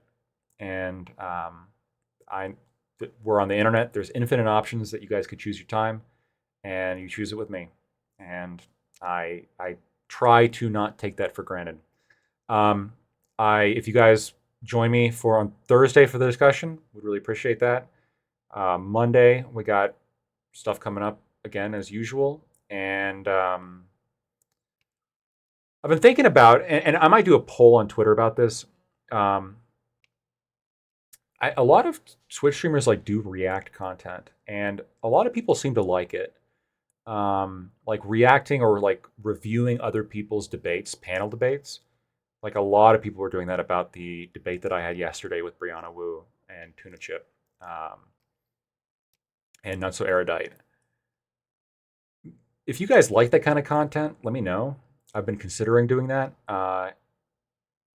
It's kind of a way for me just to kind of stream of consciousness without having too much preparation. Just kind of like give my thoughts and my takes while, so you guys, get that and having that content there. So might do that. Might do more of that. Anyway, we're going to go ahead and raid on out. We're going to raid it out into Reservoir. And the reason being is because Reservoir, although he's a dirty lefty, okay, we're on Twitch. We got to work with what we got. Reservoir, on one of his reviews of me yesterday, said that he is a Lactoid fan. He used those words. He said he likes me, and he said he's a Lactoid fan, which means he's reachable. We can reach him. Maybe one day we can bring him around. So, and he's a cool guy, which that has something to do. We're gonna shoot a raid over to him. Thanks, guys. I appreciate it.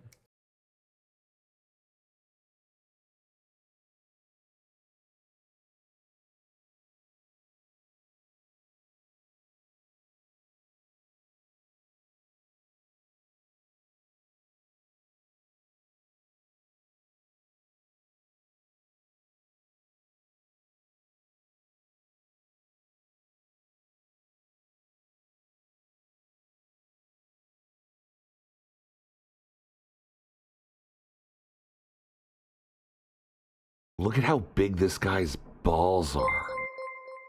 Cuckoo.